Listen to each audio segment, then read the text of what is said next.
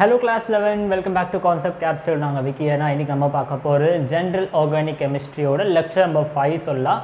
And இது வந்து இன்னமும் உங்களோட some basic principle and techniques இருக்குல்ல, அந்த சாப்டரோட ஒரு கண்டினியூவேஷன் தான். ஐபேக் நேமுக்கு அப்புறமா ஆர்கானிக் கெமிஸ்ட்ரி ஆரம்பிச்சிருக்கோம். இன்றைக்கி நம்ம பார்க்க போகிறது 5வது லெக்சர். லாஸ்ட் லெக்சரில் வந்து அசிடிக் ஸ்ட்ரென்த் கம்பேர் பண்ணுறதை பற்றி சொல்லியிருந்தோம். அது இன்னும் அந்த டாபிக் முடியல, இன்னும் ஒரு சின்ன பார்ட் இருக்குது, அது இன்றைக்கி பார்த்துருவோம். அண்ட் இன்றைக்கி பேசிக் ஸ்ட்ரென்த் ஆரம்பிச்சிரும். மோஸ்ட்டாக நாளைக்கு கிளாஸ், அதாவது இன்னும் ஒரு கிளாஸ் எடுக்கும், ஜிஓசியோட லெக்சர்ஸ் ஃபுல்லாக முடிஞ்சிடும். அதுக்கப்புறம் எக்ஸ்ட்ரா ஒரு கிளாஸ் எடுத்து உங்களுக்கு இது வரைக்கும் நான் எடுத்ததெல்லாம் வச்சு கொஸ்டின்ஸ், ப்ரீவியஸ் இயரில் கேட்ட கொஸ்டினாக இருக்கட்டும், உங்கள் போர்டு எக்ஸாம் ரிலேட்டடாக இருக்க கொஸ்டின் எல்லாமே பார்ப்போம். சரியா? அவ்வளோதான், முடிஞ்சு ஜிஓசி ஃபுல்லாக முடிஞ்சிடும். இன்னொரு மேக்ஸிமம் 2 கிளாஸு. அண்ட் அதுக்கப்புறமா ஐசோமர்ஸ் ஆரம்பிச்சிடலாம். ஐசோமர்ஸும் கொஞ்சம் லென்த்தியாக இருக்கும், ஒரு 10 லெக்சருக்கு எடுப்பேன். ஐசோமர்ஸ் ஃபுல்லாக முடிஞ்சிடுச்சுனாக்கா அதுக்கப்புறம் உங்கள் ஹைட்ரோ கார்பன்ஸ் வரும், ஹைட்ரோ கார்பன்ஸ் எடுத்துருவேன். ஸோ இதெல்லாம் கம்ப்ளீட் பண்ணிட்டீங்கன்னா கம்ப்ளீட்டாக நீங்கள் வந்து நீட் லெவலுக்கு, ஜெய் நீட் லெவலுக்கு ப்ரிப்பேர் ஆகிடுவீங்க. போர்டு எக்ஸாம் பற்றி பேசவே தேவையில்ல, அவ்வளோ ஈஸியாக இருக்கும் உங்களுக்கு. ஸோ வந்து இதான் என்னோட ஐடியா. இதெல்லாமே மேக்ஸிமம் ஒரு 1 or 2 monthsக்குள்ளே நான் பண்ணணும்னு நினைக்கிறேன். ஸோ மோஸ்ட்டாக பண்ணிடுவேன்னு நினைக்கிறேன். சரியா? அண்ட் நேற்று வந்து ஆசிட் அந்த லாஸ்ட் வீடியோ பார்த்துருப்பீங்களா, அசிடிக் ஸ்ட்ரென்த் வீடியோ பார்த்தப்போ ஒரு கமெண்ட் ஒன்று வந்துருந்துச்சு. என்ன சொன்னாங்கன்னாக்கா, ஒரு பெரிய கமெண்ட். அது என்ன போட்டிருந்தாங்கன்னா, இந்த மாதிரி எல்லாமே நல்லாவே புரிஞ்சிட்டு இருந்துச்சுன்னா இதுக்கு முன்னாடி நீங்கள் போட்ட வீடியோஸ்லாம் எப்படி இருக்கும்னாக்கா, நான் வீடியோ பார்க்க வந்து எனக்கு வந்து ஆன்சர் வந்துடும். நீங்கள் வீடியோ ஒரு கொஸ்டின் கொடுத்தா டக்குன்னு ஆன்சர் போட்டுருவேன், அடுத்து நீங்கள் சொல்லிக் கொடுத்தா திருப்பி ஒரு கொஸ்டின் கொடுத்தா அது போட்டுருவேன். ஆனால் நேற்று போட்டால் தான் அந்த அசிடிக் ஸ்ட்ரென்த்தோட வீடியோ மட்டும் லைட்டாக கன்ஃபியூசிங்காக இருந்துச்சு. தேவையில்லாமல் நீங்கள் +i -mலாம் வச்சு குழப்பி விட்டீங்க அப்படிங்கிற. ஆனால் ஃபைனலாக வந்து வீடியோட எண்டில் நீங்கள் கொடுத்த கொஸ்டின் தான் சால்வ் பண்ண முடிஞ்சு. ஆனால் நீங்கள் யூஸ்வலாக நான் வந்து எப்படி உங்கள் வீடியோ பார்க்குறப்பே நான் சால்வ் பண்ணணும், அந்த மாதிரி சால்வ் பண்ண முடியல, வீடியோட எண்டில் தான் பண்ண முடிஞ்சு அப்படின்ட்டு. என்னோடய விஷயமே அதுதான். ஓகே, சி கைஸ், ஜிஓசியை பொறுத்த வரைக்கும் ஏன் கஷ்டமாகும்னாக்கா, நார்மலாக படிச்சுட்டு போகிற வரைக்கும் ஈஸியாக இருக்கும். இப்போ நான் நினச்சேன்னா உங்களுக்கு நேற்று லெக்சரில் +i +m பற்றி பேசாமலே முடிச்சிருக்கலாம். பட் என்னோட இன்டென்ஷன் அது கிடையாது. நாளைக்கு நீங்கள் ஒரு கொஸ்டினை ஃபேஸ் பண்ணுறீங்க அப்படின்னா நீங்கள் அப்போ எல்லா ஆங்கிள்லேருந்து யோசிக்கணும். +m வருமா, -i வருமா, இல்லை +i வருமா, இல்லை ரெசனன்ஸ் இருக்கா, ஹைப்பர் கான்ஜுகேஷன் இருக்கா, இல்லை இன்றைக்கி பார்க்க போகிற எஃபெக்ட்லாம் இருக்குமா, சர் இருக்கா, SIP இருக்கா, எல்லா ஆங்கிள்லேருந்து யோசிக்கிற மாதிரி இருக்கும். ஈனோல் கண்டென்ட் இருக்கா, எல்லா ஆங்கிளுமே பார்க்குற மாதிரி இருக்கும். சரியா? அப்போ கன்ஃபியூஸ் ஆகிறது பிரச்சனை இல்லை, எங்கே கன்ஃபியூஸ் ஆகுறோன்றதான் பிரச்சனை. இங்கே கன்ஃபியூஸ் ஆனாக்கா நான் உங்களுக்கு கிளாரிட்டி கொடுத்துருவேன். எக்ஸாம் ஹாலில் போய் கன்ஃபியூஸ் ஆனோம்னாக்கா அங்கே கிளாரிட்டி கொடுக்க யாருமே இருக்க மாட்டாங்க. அதான் விஷயம். சரியா? ஸோ நான் ஏன் நேற்று உங்களுக்கு அவ்வளோ இன்டென்ஸாக உங்களுக்கு +m +i பற்றி சொல்கிறேன்னா, முடிக்க போகிறோம், இந்த ஜிஓசி பாட்டை முடிக்க போகிறோம். ஸோ இந்த லெக்சரோட எண்டு வரப்போ உங்களுக்கு ஆட்டோமேட்டிக்காக தெரியணும், இந்த கொஸ்டினை பார்த்தா இது +m பேஸ்டு -m பேஸ்டு, இங்கே வந்து இப்படி யோசிக்கணும், இங்கே அப்படி யோசிக்கணும் அப்படிங்கிற ஒரு தாட் வரணும். அது வரணும்னா நான் உங்களுக்கு அது ஸ்டிமுலேட் பண்ணி விட்டால் தான் வரும். ஸோ அதுக்காக தான் நான் வந்து வாண்டடாகவே, ஆல்தோ நான் அந்த +m -m வார்த்தை யூஸ் பண்ணாமலே நேற்று பண்ணியிருக்கலாம். வாண்டடாகவே பண்ணது காரணம் வந்து நீங்கள் கம்பேர் பண்ணணும் அப்படின்ட்டு தான். சரியா? ஒரு கொஸ்டினுமே கம்பேர் பண்ணி படிக்கணும் அப்படின்ட்டு தான். சரியா? ஸோ ஏன்னா இது வந்து இன்றைக்கோட முடிகிற விஷயம் இல்லை. இன்றைக்கி நீங்கள் படிக்கிற ஜிஓசி வந்து அடுத்து உங்களுக்கு ஒரு 2 வருஷத்துக்கு கூடயே ட்ராவல் பண்ண போகுது. சரியா? ஸோ அப்போ எல்லா கான்செப்ட்டுமே எல்லா வகையிலுமே யோசிச்சா தான் நம்மள எல்லா கொஸ்டினும் அட்டன் பண்ண முடியும். சரியா? சிம்பிளாக வந்து ஹைப்பர் கான்ஜுகேஷனை வச்சு மட்டும் கொஸ்டின் போட்டால், கான்ஜுகேஷனை மட்டும் வச்சு கொஸ்டின் போட்டுட்டு அப்புறமா +m வச்சு ஒரே மாதிரி கொஸ்டின் போட்டு போயிடுற எந்த யூஸுமே கிடையாது. அவ்வளோ ஈஸியாக கொஸ்டின் வராது. சரியா? ஸோ அதுக்காக தான் உங்களுக்கு வந்து நான் எல்லாத்தையும் வந்து மைண்டில் வச்சுட்டு கொண்டு போகிறேன். So be very strong. உங்களுக்கு ஃபைனலாக வீடியோட எண்டில், லெக்சரோட இந்த சீரியஸோட எண்டில் எந்த டவுட்டுமே இருக்கக்கூடாது. அதுதான் என்னோட சக்ஸஸ். ஓகே, லெக்சர் பார்க்கும்போது எல்லாமே கிளியராக இருக்கவே இருக்காது. என்னோட டீச்சிங்கும் அப்படி கிடையாது.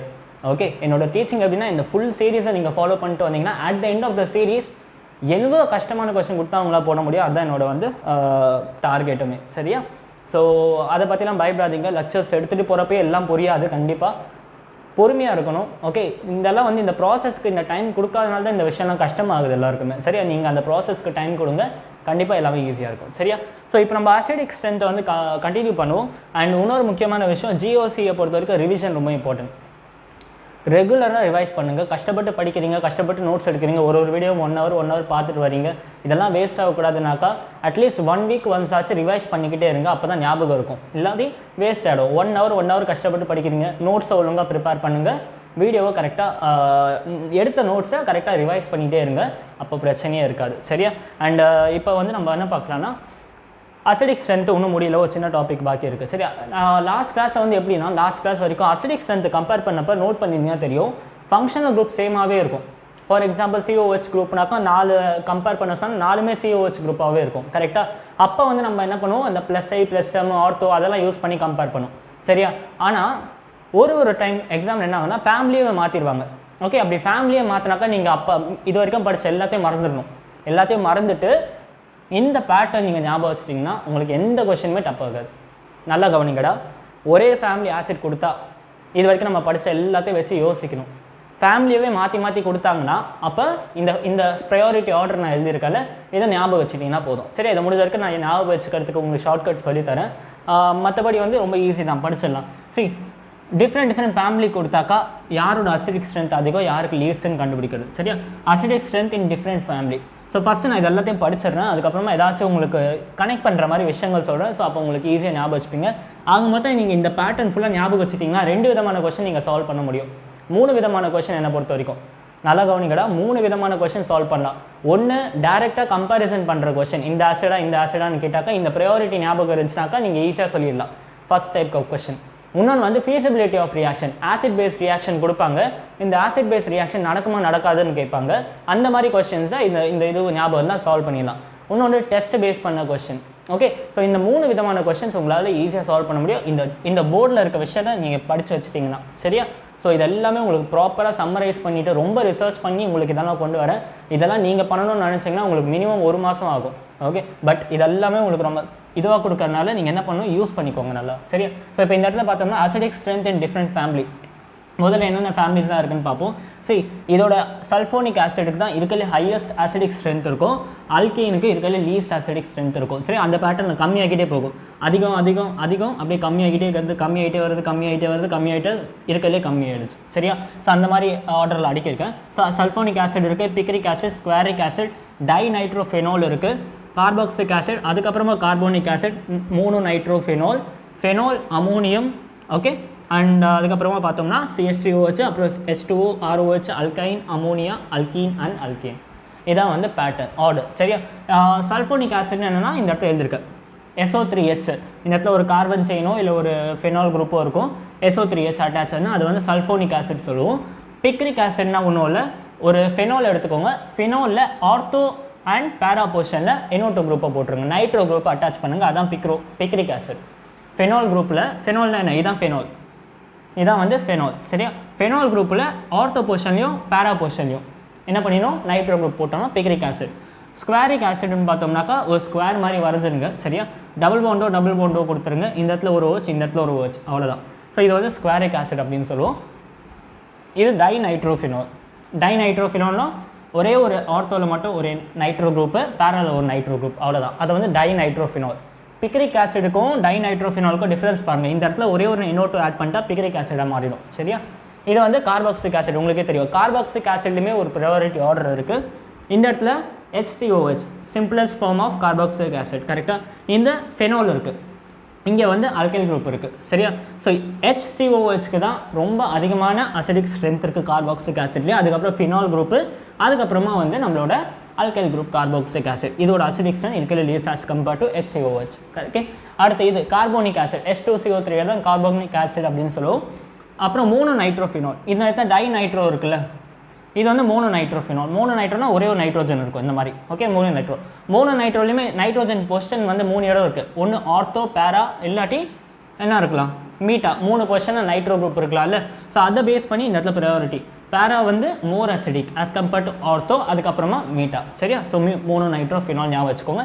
இதை சிம்பிளாக ஞாபகம் வச்சுக்கோங்க. பாம், ஆட்டோலலாம் இருக்கும்ல பாம். ஸோ பாம் ஞாபகம் வச்சுக்கோங்க. பாம்னா பேரா, ஆர்த்தோ, மீட்டா. ஓகே, பேரா will be more acidic as compared to meetha. சரியா? அடுத்து ஃபெனால் உங்களுக்கே தெரியும். அடுத்து அமோனியம்னா NH4+, அதுதான் அமோனியம் சொல்லுவோம். இது வந்து CH3OH. ஓகே, இது சிம்பிளாக ஒன்றும் இல்லை, ROH இருக்குல்ல, ஆரில் ஒரு வேளை CH3 இருந்துச்சுன்னா அல்கைல் குரூப் இருக்குல்ல, அல்கைலுக்கு பதிலாக மித்தால் குரூப் இருக்குது. மித்தால் OH மட்டும் கொஞ்சம் அதிகமான ஆசிட், மற்றபடி மீதி ROHனா கொஞ்சம் கம்மி ஆசிடிக். இந்த இடத்துல நடுவில் வாட்டர் வந்து இதோட கொஞ்சம் ஆசிடிக். இதெல்லாமே எப்படி நான் எழுதியிருக்காங்கன்னா எக்ஸ்பெரிமெண்டல் மெத்தட். ஓகே, ஸோ இந்த இடத்துல பார்த்தோம்னா அல்கைன், அமோனியா, அல்கீன், அவ்வளோதான்டா. இதுதான் வந்து பேசிக் ஆர்டர். சரி, இதில் என்ன எப்படி ஞாபகம் வச்சுக்கணும்னு சொல்கிறேன். ஜென்ரலாக இந்த 4 வந்து ரொம்ப ரேராக நீங்கள் பார்ப்பீங்க. இது கொஞ்சம் அதிகமாக பார்ப்பீங்க. சல்ஃபோனிக் ஆசிட் கொஞ்சம் அதிகமாக பார்ப்பீங்க. மற்றபடி பிக்ரிக் ஆசிட் வந்து அப்பப்போ எங்கேயாச்சும் கெஸ்ட் ரோல் மாதிரி கொடுக்கும். இந்த 4 ஈஸியாக ஞாபகம் வச்சுக்கலாம். Sulphonic acid, picnic, square, dinitrophenol. பேரே வந்து ஒரு மாதிரி இருக்கும் பாருங்க. சல்ஃபோனிக் ஆசிட் இது ஞாபகம் இருக்கும், ஆப்வியஸாக ஹைலி அசிடிக். சரியா? பிக்கு, ஸ்குவேர் பிக் ஸ்கொயர் வாட்ஸ்அப்பில் டிபி வைக்கும்போது என்ன பண்ணுவோம், பிக் ஸ்கொயர் ஃபிட் பண்ணி வைப்போம், அது மாதிரி ஞாபகம் வச்சுக்கோங்க.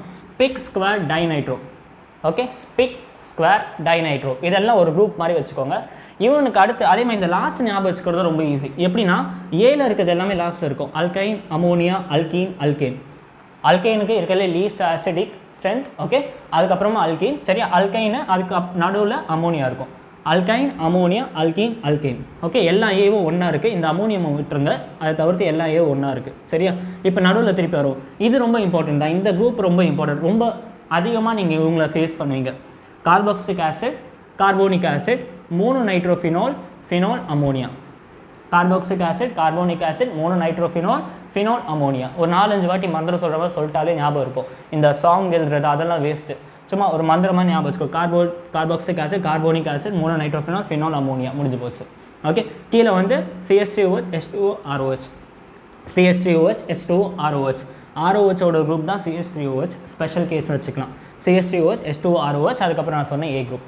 ஓகே, ஸோ இந்த மாதிரி ரிலேட் பண்ணி படிச்சிங்கன்னா ஈஸியாக புரிஞ்சுக்கலாம். சரியா, இப்போ இந்த குரூப்பை நல்லா ஞாபகம் வச்சுக்கோங்க, நீட்டாக எழுதி வச்சுக்கோங்க. ஏன்னா இதை யூஸ் பண்ணி தான் அப்போ அடுத்து வந்து நம்ம வந்து விஷயம் விளையாட போகிறோம். சரியா, ஃபஸ்ட்டு கொஸ்டின் ஆன்சர் டேரெக்டாக நீங்கள் இது இப்போ ஃபார் எக்ஸாம்பிள் வந்து இந்த ஆசிட் கொடுத்துருக்காங்க, டைநைட்ரோஃபினால் கொடுத்துருக்காங்க, NH3 கொடுத்துருக்காங்க. யார் மோர் அசிடிக்னா ஜஸ்ட் இந்த டேபிளை வச்சு நீங்கள் சொல்லிடலாம், இவன் மோர் அசிடிக்காக இருப்பான், இவன் லீஸ்ட் அசிடிக்காக இருப்பான். அந்த மாதிரி ஃபஸ்ட் கொஸ்டின் ஆகிடுச்சா. செகண்ட் கைண்ட் ஆஃப் கொஸ்டின் எப்படின்னாக்கா ஃபீஸிபிலிட்டி ஆஃப் ரியாக்ஷன் கேட்பாங்க. அதுவும் வந்து இந்த டேபிள் வச்சு நீங்கள் ஈஸியாக சொல்லிடலாம். சரியா, ஸோ இந்த டேபிள் மட்டும் கொஞ்சம் நோட் பண்ணிக்கோங்க, நான் அழிக்கிறேன். ரியாக்ஷனோட ஃபீஸிபிலிட்டி கண்டுபிடிக்கிற மாதிரி கொஸ்டின்ஸ் வரும்.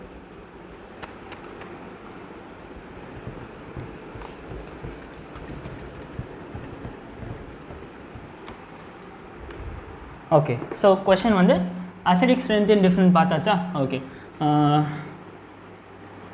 feasibility of a reaction. நான் உங்களுக்கு இது கொஞ்சம் ஒரு சின்ன மெக்கானிசமாக சொல்கிறேன், பட் மெக்கானிசம் இம்பார்ட்டன்ட் இல்லை, அந்த டேபிள் தான் இம்பார்ட்டன்ட். நான் ஷார்ட் ட்ரிக் சொல்லட்டுமா? என்ன தெரியுமா ஷார்ட் ட்ரிக்கு? இந்த இடத்துல feasibility ஒரு ரியாக்ஷன் நடக்கணும் அப்படின்னாக்கா இந்த ரியாக்ஷன் இந்த இடத்துல ஸ்ட்ராங் ஆசிட் இருக்கணும், அதோட ஃபார்வர்ட் டைரெக்ஷனில் ஒரு வீக் ஆசிட் ஃபார்ம் ஆகணும். இதுதான் வந்து ஷார்ட் ட்ரிக். இங்கே இந்த பக்கம் இருக்கிறது ஸ்ட்ராங் ஆசிடாக இருக்கணும், இந்த பக்கம் இருக்கிறது வீக் ஆசிடாக இருக்கணும். அப்போ தான் உங்களுக்கு வந்து அந்த ரியாக்ஷன் ஃபார்வர்ட் டைரெக்ஷனில் மூவ் ஆகும். சரியா, அந்த ரியாக்ஷன் ஃபார்வர்ட் டைரெக்ஷனில் மூவ் ஆகும். இதான் ட்ரிக்கே. இதுதான் இங்கே இருக்கிறது ஸ்ட்ராங் ஆசிட், இங்கே இருக்கிறது வீக் ஆசிட். அண்ட் நான் உங்களுக்கு சொல்லிக் கொடுத்துறேன் ஸ்ட்ராங் ஆசிட் வீக் ஆசிட் கண்டுபிடிக்கிறதுக்கு நான் சொல்லிக் கொடுத்துறேன். பின்னாடி இருக்க டேபிளை யூஸ் பண்ணி ஈஸியாக சொல்லிடலாம். இதான் ஆக்சுவலாக ஷார்ட் ட்ரிக்கு. ஸ்ட்ராங் ஆசிட் இருக்கணும், வீக் ஆசிட் இருக்கணும். சரி, இப்போ இதோட மெக்கானிசம் இது எப்படின்றத நான் புரிய வைக்கிறேன். சரி, ஃபார் எக்ஸாம்பிள் வந்து இந்த இடத்துல ஏதோ ஒரு ஆசிட் இருக்குது, HAன்னு ஏதோ ஒரு ஆசிட் இருக்குது. ஆசிட் பேஸ் ரியாக்ஷனாக ஜென்ரலாக கேட்பாங்க. இந்த இடத்துல நான் ஏதோ ஒரு பேஸ் NaOH ஒரு பேஸ். கரெக்டாக, பேஸ்னு யாரை சொல்லுவோம்? யாரெல்லாம் லோன் பேரை டொனேட் பண்ண முடியுமோ அவங்களெல்லாம் பேஸ்ன்னு சொல்லுவோம். கரெக்டாக, Na கிட்ட லோன் பேர் இருக்கும், அதை வந்து ஆசிட்க்கு டொனேட் பண்ணிட்டு அது வந்து பேஸ்ன்னு சொல்லுவோம். சரியா, ஸோ ஆசிட் பேஸ் இருக்குது. இந்த ரியாக்ஷன் என்ன நடக்கும்? ஆக்சுவலாக Na இருக்குது, இந்த இடத்துல H+ அண்ட் A- பிரியும். கரெக்டாக, ஸோ அப்போ என்ன ஆகும்னா இந்த இடத்துல ANAன்னு கிடைக்கும். NaA சால்ட் கிடச்சிடும். ஆசிட் ப்ளஸ் பேஸ் என்ன கொடுக்கும் உங்களுக்கு? சால்ட் ப்ளஸ் வாட்டர் கொடுக்கும்ல, சால்ட் ப்ளஸ் வாட்டர் உங்களுக்கு கொடுத்துரும். கரெக்டாக, இதானே நடக்கும்? கரெக்ட். ஓகே, ஸோ இப்போ என்ன ஆகும்னா இந்த இடத்துல பார்த்தீங்கன்னாக்கா ஃபார் எக்ஸாம்பிள் நான் இது கரெக்டாக சொல்ல, ஃபார் எக்ஸாம்பிள் pKa வேல்யூ இதுக்கு வந்து 1 இருக்குது, pKa வேல்யூ இதுக்கு வந்து பார்த்தோம்னாக்கா 14 இருக்குதுன்னு வச்சுப்போம். கரெக்டாக, 14ல் சும்மா ரஃபாக சொல்கிறேன். pKa வேல்யூ இதுக்கு 1 இருக்குது, pKa வேல்யூ 14 இருக்குது. pKa வேல்யூ அதிகமாக இருக்குன்னா அதுக்கு என்ன அர்த்தம்? pKa வேல்யூ அதிகமாக இருக்குன்னா என்ன அர்த்தம்? Ka வேல்யூ கம்மியாக இருக்குன்னு அர்த்தம். கரெக்டாக, நிறைய பேருக்கு Ka என்னன்னு தெரியாது. ஒன்றும் இல்லை, pKa பேசிக் நேச்சர் காமிக்குது, Ka அசிடிக் நேச்சர் காமிக்குது. கரெக்டாக, Ka வேல்யூ கம்மியாக இருக்குன்னு என்ன அர்த்தம்? அசிடிக்கும் கம்மியாக இருக்குன்னு அர்த்தம். மீன்ஸ் அசிடிக் நேச்சர் கம்மியாக இருக்குன்னு அர்த்தம். அசிடிக் நேச்சர் கம்மியாக இருக்குன்னு அர்த்தம். யாருக்கு pKa வேல்யூ அதிகமாக இருக்கோ அவங்களுக்கு Ka வேல்யூ ரொம்ப கம்மியாக இருக்கும். Ka வேல்யூ கம்மியாக இருக்குனாக்கா அசிடிக் நேச்சர் கம்மின்னு அர்த்தம். அப்போ இந்த இடத்துல நீங்கள் பாருங்கள், இந்த இடத்துல யார் ஸ்ட்ராங் ஆசிடாக இருப்பா? இவனுக்கு pKa வேல்யூ அதிகம், அதாவது 1. கொஷனில் உங்களுக்கு வந்து pKa Ka கொடுக்க மாட்டாங்க, அதை பற்றிலாம் கவலைப்படாதீங்க. நான் மெக்கானிசம் சொல்லிகிட்டு இருக்கேன், எப்படி ஸ்ட்ராங் வீக்குன்னு மட்டும் சொல்கிறேன். பட் மற்றபடி இதெல்லாம் நீங்கள் வந்து யூஸ் பண்ணி தான் நீங்கள் சால்வ் பண்ணணும்ல, அந்த டேபிள் இருந்தாலே சால்வ் பண்ணிடலாம். ஒரு கொஷின் போட்டால் புரிஞ்சிடும் உங்களுக்கு இந்த மெத்தட் என்ன நடக்குதுன்னு புரிய வைக்கிறேன். சரியா, pKa வேல்யூ 1 இருக்குது, pKa வேல்யூ 14 இருக்குது. pKa வேல்யூ 1 என்ன அர்த்தம்? இதோட Ka வேல்யூ ரொம்ப அதிகமாக இருக்குது. Ka வேல்யூ ரொம்ப அதிகமாக இருக்குன்னு என்ன அர்த்தம்? இது ஸ்ட்ராங் ஆசிடா வீக் ஆசிடா? இது வந்து Ka வேல்யூ ரொம்ப அதிகமான இது வீக் ஆசிட், இது வீக் ஆசிட், இது வந்து ஸ்ட்ராங் ஆசிட் ஆகிடுச்சு. ஏன்னா இதுக்கு pKa வேல்யூ ரொம்ப அதிகம், அப்போ Ka வேல்யூ கம்மி, அப்போ இதோட மாற்றி சொல்லிட்டேன். pKa வேல்யூ ரொம்ப அதிகம், இது Ka வேல்யூ கம்மி, அப்போ இது வந்து என்னது வீக் ஆசிட் ஆகிடுச்சு. இதுக்கு pKa வேல்யூ கம்மி அப்போ Ka வேல்யூ அதிகம், அப்போ இது ஸ்ட்ராங் ஆசிட். கரெக்டாக நான் சொல்கிறது மேட்ச் ஆகுதா? pKa வேல்யூ கம்மி, Ka வேல்யூ அதிகம், ஆசிடிக் நேச்சரும் அதிகம், அப்போ இது வந்து ஒரு ஸ்ட்ராங் ஆசிட். இது வந்து என்ன ஆகிடுச்சு? pKa வேல்யூ அதிகம், Ka வேல்யூ கம்மி, ஆசிடிக் நேச்சர் கம்மி, அப்போ இது ஒரு வீக் ஆசிட். கரெக்டாக? ஸோ ஸ்ட்ராங் ஆசிட்லேருந்து உங்களுக்கு வீக் ஆசிட் கிடைக்குதா? ஸோ அப்போ இந்த ரியாக்ஷன் நடக்கும். இதுதான் பேசிக் க்ரைட்டீரியா. சரியா? பட் கொஸ்டின் உங்களுக்கு இந்த pKa Ka எல்லாம் கேட்க மாட்டாங்க. நான் உங்களுக்கு ஒரு மெக்கானிசம் சொல்லி கொடுத்துருக்கேன், அவ்வளோதான். சரி, அப்போ என்ன சொல்லலாம் நீங்கள்? HA will be more acidic then H2, அப்போ இந்த ரியாக்ஷன் நடக்கும். சரியா? இப்போ இதை பேஸ் பண்ணி கொஸ்டின் கேட்பாங்கல்ல, எப்படி கேட்பாங்கன்னு சொல்கிறேன். சிம்பிள். உங்களுக்கு ஜஸ்ட் ஒரு மெத்தட் சொல்லி கொடுத்தேன், மெக்கானிசம் சொல்லி கொடுத்தேன். பட் கொஸ்டினுக்கு நீங்கள் இவ்வளோலாம் யோசிக்கவே வேணாம், அந்த சார்ட் ஞாபகம் வச்சுருந்தீங்கன்னா போதும். சரியா? ஃபார் எக்ஸாம்பிள் கொஸ்டின் வந்து என்னன்னா இப்படி இருக்குது. ஃபினால் எடுத்துக்கிட்டேன். சரியா? ஃபினால் எடுத்துகிட்டேன். இந்த இடத்துல வந்து என்ன பண்ணிக்கிட்டேன்? NaOH ஆசிட் பேஸ் ரியாக்ஷன் பண்ணுறேன். என்ன ஆகும்? இந்த இடத்துல இருக்க Na போயிட்டு இந்த ஆக்சிஜன் ஒரு சால்ட் ஒன்று ஃபார்ம் பண்ணும். கரெக்டாக? H+ ரிமூவ் பண்ணிவிட்டு இந்த ரியாக்ஷன்லாம் கொடுத்துருவாங்க ஆல்ரெடி. ஸோ கவலை இல்லை. ONA கிடைக்கும். இந்த இடத்துல வந்து பார்த்தோம்னா OH இங்கே இருக்க H கூட சேர்ந்தா H2O கிடைக்கும். கரெக்டாக? புரிஞ்சா? ஓ சாரி H2O எப்படி கிடைக்கும்? Na+OH- இருக்குல்ல, ஸோ Na+ இது கூட சேர்ந்துடுச்சு, ONA கிடைக்குது, ப்ளஸ் உங்களுக்கு என்ன கிடைக்குது? H2O கிடைக்கும். கரெக்ட்? புரிஞ்சா? கிளியர்? இதான் ஆக்சுவலாக நடக்கும். ஸோ இப்போ இந்த இடத்துல பார்த்தோம்னா இது வந்து இந்த ரியாக்ஷன் ஃபீஸிபிளா இல்லையா? Question is this reaction feasible or not? feasible or not? இது நடக்குமா நடக்காதா அப்படின்னு கேட்குறேன். என்ன சொல்லணும்? கம்பேர் பண்ணணும். ஸோ இது என்னது? ஃபினால். இந்த பக்கம் இது என்னது? இது சால்ட் விட்ருங்க. இது ஒரு ஆசிட், இது ஒரு ஆசிட், இது ஒரு ஆசிட். இப்போ இந்த ரெண்டு ஆசிட் கம்பேர் சார்ட்டுன்னு எடுத்து பாருங்கள். சார்ட் எடுத்து பார்த்து ஃபினால் எங்கே இருக்குது? கண்டிப்பாக H2Oக்கு மேலே தான் ஃபினால் இருக்கும். Phenol will be more acidic than H2O. கரெக்டாக? H2O எங்கே இருந்துச்சு?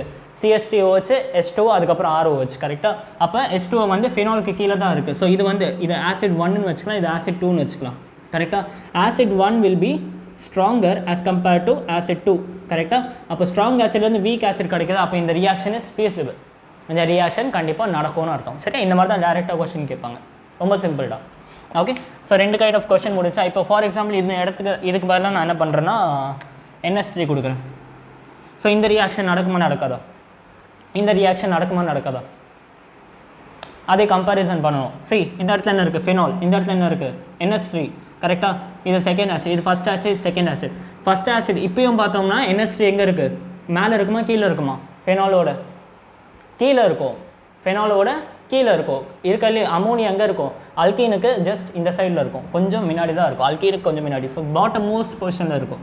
ஸோ இது ஸ்ட்ராங் ஆசிட், இது வீக் ஆசிட். ஸோ இந்த ரியாக்ஷனும் வந்து நடக்கும். புரியுதா? ஸோ இது வந்து ரெண்டாவது kind of question.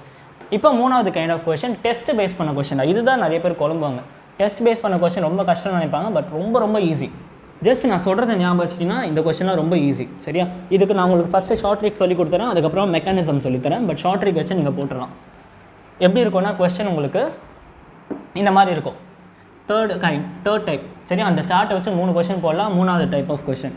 So for example Na இருக்குது. சரியா? NaH அண்ட் NH2 இது எல்லாமே test. Sodium test, NaH test, NaNH2 test. சரியா? ஒரு நிமிஷம் இருங்க, வீடியோ ரெக்கார்ட் ஆகுதா? சரிடா. இந்த டெஸ்ட் யாரெல்லாம் காமிப்பாங்கனாக்கா, இந்த டெஸ்ட் வந்து it is short trick. First எடுத்துக்கோங்க. ட்ரிக் என்னென்னா, it is shown by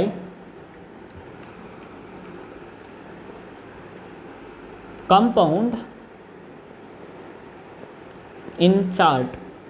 compound in the chart. இந்த சார்ட்டை நான் ஸ்டார்டிங்கில் எழுதி போட்ட chart. Compound in the chart greater than யாருனாக்கா நம்மளோட அல்கைன்.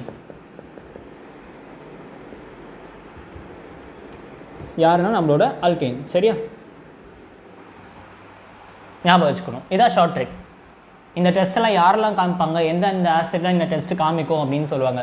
ஸோ அப்போ எந்த ஆசிட்லாம் இந்த அந்த சார்ட்டில் இந்த கம்பவுண்டுக்கு மேலே இருக்கும், ஆல்கைனுக்கு மேலே யாரெல்லாம் இருந்தா, ஆல்கஹால் ROH ஆரம்பிக்கும், ROHக்கு மேலே இருந்து எல்லாமே இது காமிக்கும், ROH அதுக்கு மேலே இருக்க எல்லா ஆசிடுமே இந்த டெஸ்ட்டு காமிக்கும். சரியா, இதில் என்ன நடக்கும்னு சொல்கிறேன். ஓகே, இதில் என்ன நடக்கும்னா ஒரு ஆசிட் இருக்குது. சரியா, மூணுத்துமே நான் ஒன்று எழுதி காமிச்சிடுறேன். எண்ணெயை வந்து என்ன பண்ணுவோம், ஹீட் பண்ணுவோம். ஓகே, இங்கே என்ன பண்ணுவோன்னா NaH இருக்குது, NaH. இங்கே என்ன பண்ணுவோன்னா NH2. ஓகே, என்ன நடக்க போகுதுனாக்கா ஒன்றும் இல்லை, Na போயிட்டு சால்ட் ஃபார்ம் பண்ணும், NaA. ஓகே, மீதி உங்களுக்கு என்ன இருக்குன்னா ஹைட்ரோஜன் மட்டும் தான் இருக்குது. கரெக்டாக, ஹைட்ரோஜன் மட்டும் இருக்குன்னா கொஞ்சம் பேலன்ஸ் பண்ணி எழுதலாம், half H2 NaA + half H2. சரியா, அடுத்து இது பார்த்தோம்னா HA + NaH. இந்த ரியாக்ஷன்லாம் இம்பார்ட்டன்ட் இல்லை, நான் சொல்கிற அந்த விஷயம் தான் இம்பார்ட்டன்ட், சும்மா உங்களுக்கு புரிய நோட்டத்துக்கு. HA Na, ஸோ அதே தான், ப்ளஸ் மைனஸ் தான். இந்த இடத்துல வந்து ப்ளஸ் மைனஸும் பிரிச்சிங்கன்னா வேலை முடிஞ்சு, அவ்வளோதான். சரியா, ப்ளஸ் மைனஸை ஒன்றா சேர்க்கணும், அவ்வளோதான். இந்த இடத்துல ப்ளஸ் வரும், இந்த இடத்துல ப்ளஸ், இந்த இடத்துல மைனஸ் வரும். ஸோ ப்ளஸ் மைனஸை ஒன்றா சேர்க்கணும், அவ்வளோதான். ஸோ ANA ரெண்டு பேரும் சேர்ந்துருமா, NaA. கரெக்டாக, அதுக்கப்புறம் பார்த்தோம்னா உங்களுக்கு என்ன இருக்குது, மீதி என்ன இருக்குது, ஹைட்ரோஜன் இருக்குது, H2, முடிஞ்சு போச்சு. ஓகே, அண்ட் இந்த இடத்துல பார்த்தோம்னாக்கா அதே NaA வரும், ப்ளஸ் நமக்கு என்ன கிடைக்கும், NH3 கிடைக்கும். ஓகே, ஸோ இப்போ இதில் எல்லாத்துலேயும் பார்த்தா ஹைட்ரோஜன் இருக்குது, ஹைட்ரோஜன் ஜென்ரலாக கன்சிடர் பண்ண மாட்டோம். மினிமம் பார்த்தா NH3 வருதுடா, மினிமமாக பார்த்தா NH3 வருது, அமோனியா வருது.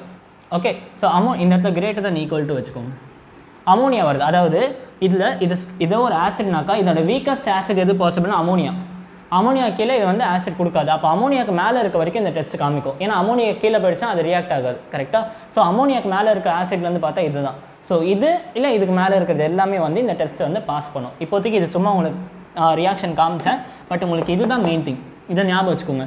இந்த டெஸ்ட்டு எல்லாமே RC ட்ரிபிள் பாண்டு, அதாவது அல்கைன்லேருந்து எல்லாமே காமிக்கும், அல்கைன்லேருந்து எல்லாமே காமிக்கும். இது ஒரு டெஸ்ட் ஆகிடுச்சா, இப்போ இன்னொரு டெஸ்ட் பார்ப்போம்.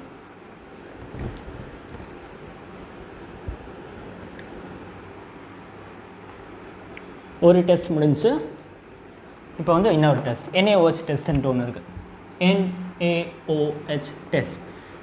இதோட ஷார்ட் ட்ரிக் என்ன ஞாபகம் வச்சுக்கோங்க. டேரெக்டாக இதெல்லாம் ஷார்ட் ட்ரிக் தான் படிக்கணும்டா, இதெல்லாம் உட்காந்து ரியாக்ஷன்லாம் போட்டுட்டு இருக்க முடியாது. GOCயில் இந்த மாதிரி விஷயம் தான் ஷார்ட் ட்ரிக்கில் படித்தா தான் நல்லா புரியும். சரியா, ஸோ இது என்னன்னாக்கா அந்த சார்ட்டில், okay, compounds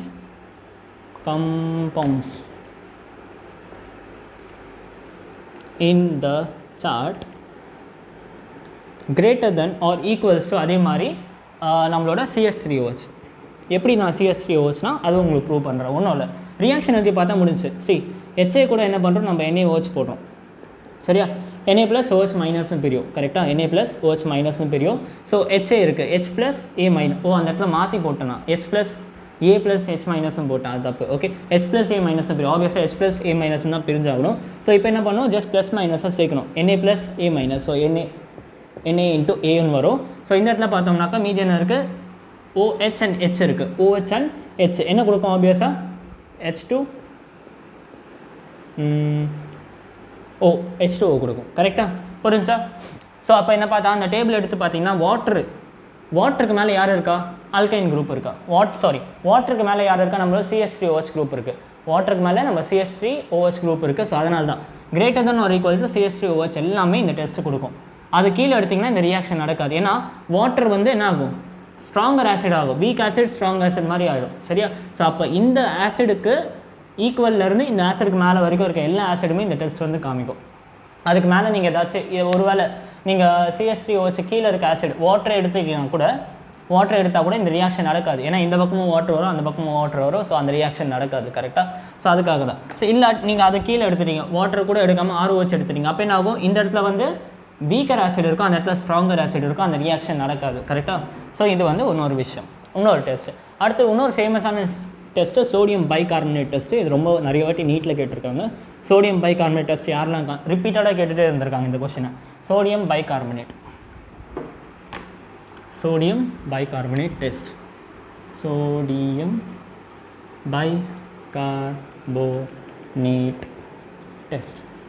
sodium bicarbonate test யாரெல்லாம் காமிப்பாங்க, ஷார்ட் ட்ரிக் சொல்கிறோம் ஃபஸ்ட்டு, அதுக்கப்புறமா லாங் மெத்தட்.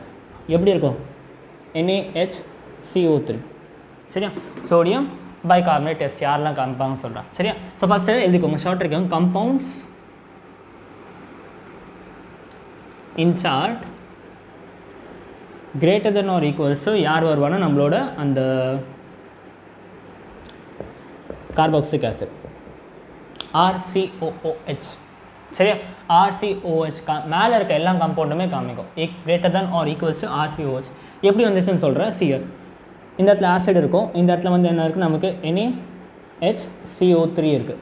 சரியா? இது என்ன ஆகும்னா இந்த இடத்துல ஆப்வியஸாக H ப்ளஸ் A மைனஸாக பிரியும், இந்த இடத்துல வந்து Na ப்ளஸ் HCO3 மைனஸ் இப்படி பிரியும். கரெக்டாக? ஸோ என்ன ஆகும் இந்த இடத்துல NAவும் ஏவும் சேர்ந்துடும், உங்களுக்கு என்ன கிடைக்கும் Na இன்ட்டு A கிடைக்கும். மீதி என்ன இருக்குது H2CO3 கிடைக்கும். கரெக்டாக? ஸோ நல்லா பாருங்கள், H2CO3க்கு மேலே இருக்க காம்பவுண்ட் வந்து பார்த்தோம்னா RCOH. ஸோ அதனால தான் வந்து இங்கே இருக்க இந்த காம்பவுண்ட் இல்லை இதுக்கு மேலே இருக்க காம்பவுண்டில் இந்த டெஸ்ட்டு காமிக்கும். புரிஞ்சாடா? கிளியரா? ஸோ அவ்வளோதான். இந்த 3 டெஸ்ட் ஞாபகம் வச்சுன்னா எல்லா கொஸ்டினும் உங்களால் போட முடியும். ஷார்ட் ட்ரிக் ரொம்ப இம்பார்ட்டன்ட். இது ஜஸ்ட் நான் இன்ஃபர்மேஷனுக்காக கொடுத்துருக்கேன், பட் இதோட இம்பார்ட்டன்ட் இந்த ஷார்ட் ட்ரிக் தான், ஞாபகம் வச்சுக்கோங்க. ஓகே, ஒரு வாட்டி நம்ம ரியாக்ஷனை போட்டு பார்த்தோம்னாக்கா கண்டிப்பாக எக்ஸாமில் கிளியர் பண்ண முடியாது. ஓகே, ஸோ மேபி நீங்கள் PhD பண்ணலாம் ரியாக்ஷன் போட்டு பார்த்தா, பட் எக்ஸாம் கிளியர் பண்ண முடியாது. எக்ஸாம் கிளியர் பண்ணுறதுக்கு என்ன தேவையோ அதான் இது மெயின் திங். சரியா? இதெல்லாம் ப்ராப்பர் நோட்ஸ் எடுத்து வச்சுட்டு ரிவைஸ் பண்ணிக்கிட்டே இருந்தோம்னா இதெல்லாம் ஞாபகம் வச்சுக்கலாம் ஈஸியாக. சரிடா, இப்போ படித்ததெல்லாம் ஒரு வாட்டி ரிவைஸ் பண்ணுறதுக்கு ஒரு கொஸ்டின் ஒன்று போட்டோம்னா கிளியர் ஆகிடும். கம்பேர் த அசிடிக் ஸ்ட்ரென்த் வச்சு ஒரு கொஸ்டின் போடுவோமா? So first question compare acidic strength.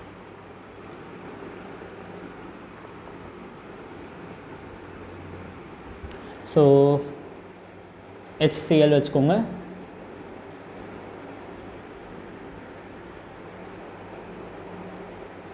HCl அப்புறம் SO3H, அப்புறமா வந்து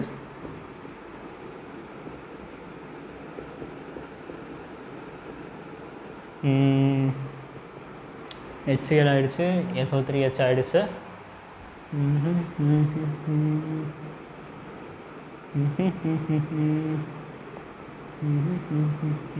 ஸோ கம்பேர் பண்ணுங்கள் பார்ப்போம்.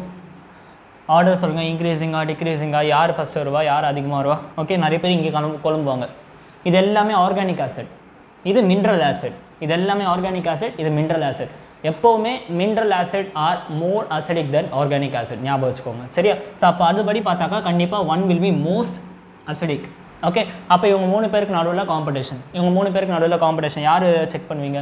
நிறைய பேர் என்ன நினச்சிருவாங்கன்னா இந்த இடத்துல ஆர்த்தோ போர்ஷன் CH3 இருக்குல்ல, நான் சொல்லிக் கொடுத்தால அசிடிக் ஸ்ட்ரென்த் சொல்லி தரப்ப ஆர்த்தோ தான் மோர் அசிடிக்காக இருக்கும்னு சொல்லி கொடுத்தேன். சரியா?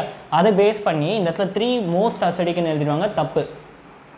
ஃபேமிலி மாறிடுச்சா நீங்கள் சார்ட்டை விட்டால் வேறு எதுவுமே கிடையாது. ஒரே ஃபேமிலியில் இருக்கும்போது தான் நீங்கள் அந்த ஆர்த்தோ +I -I எல்லாம் பார்க்கணும். ஃபேமிலி மாறிடுச்சு, உங்களுக்கு எந்தையுமே செக் பண்ண வேணாம். ஜஸ்ட் ஃபேமிலியை மட்டும் ப்ரையாரிட்டி ஆர்டர் போட்டிங்கன்னா வேலை முடிஞ்சு. சரியா? ஸோ ப்ரையாரிட்டி ஆர்டர் நம்ம சல்ஃபோனிக் ஆசிட் தான் டாப் ஆஃப் த டேபிள் இருப்பார். ஸோ அதனால் இவன் செகண்ட். அடுத்து கார்பாக்சிலிக் ஆசிட், இது என்னது நம்மளோட மோனோ நைட்ரோஃபினோல். கரெக்டாக? ஆப்வியஸாக கார்பாக்சிலிக் ஆசிட் தான் என்னது மோர் அசிடிக். கரெக்டாக? ஸோ 3, அதுக்கப்புறமா என்ன வரும் நம்மளோட D4. இதான் வந்து பேட்டர்ன். எத்தனை பேருக்கு இது கரெக்டாக வந்துச்சு? இன்னொரு கொஸ்டின் போடுறீங்களா? வீடியோ ரெக்கார்ட் ஆகுதுதான் செக் பண்ணிக்கலாம்.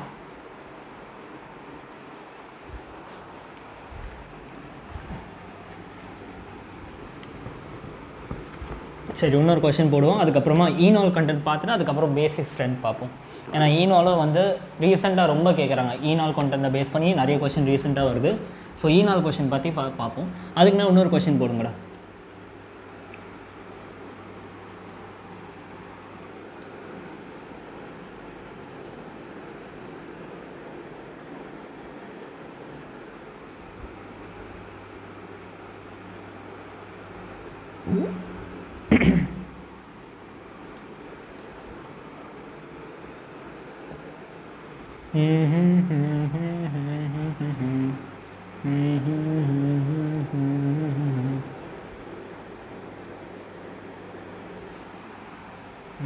ஓகே, ஸோ இதை கம்பேர் பண்ணுங்கள்.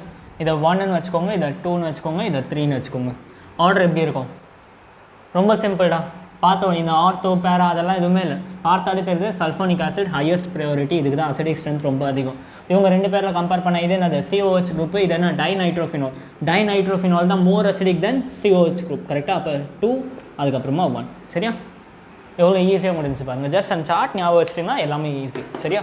ஸோ இப்போ அடுத்து வந்து ஈனோல் கண்டென்ட். இது நிறைய பேருக்கு புரியவே புரியாது. ஒன்றும் இல்லை, ஈனோல் கண்டென்ட்னா ஒன்றும் இல்லை, டோட்டோமெரிசமை பேஸ் பண்ணது தான் ஈனோல் சரியா. டோட்டோமெரிசமை பேஸ் பண்ணது தான் ஈனோல் ஜென்ரலாக.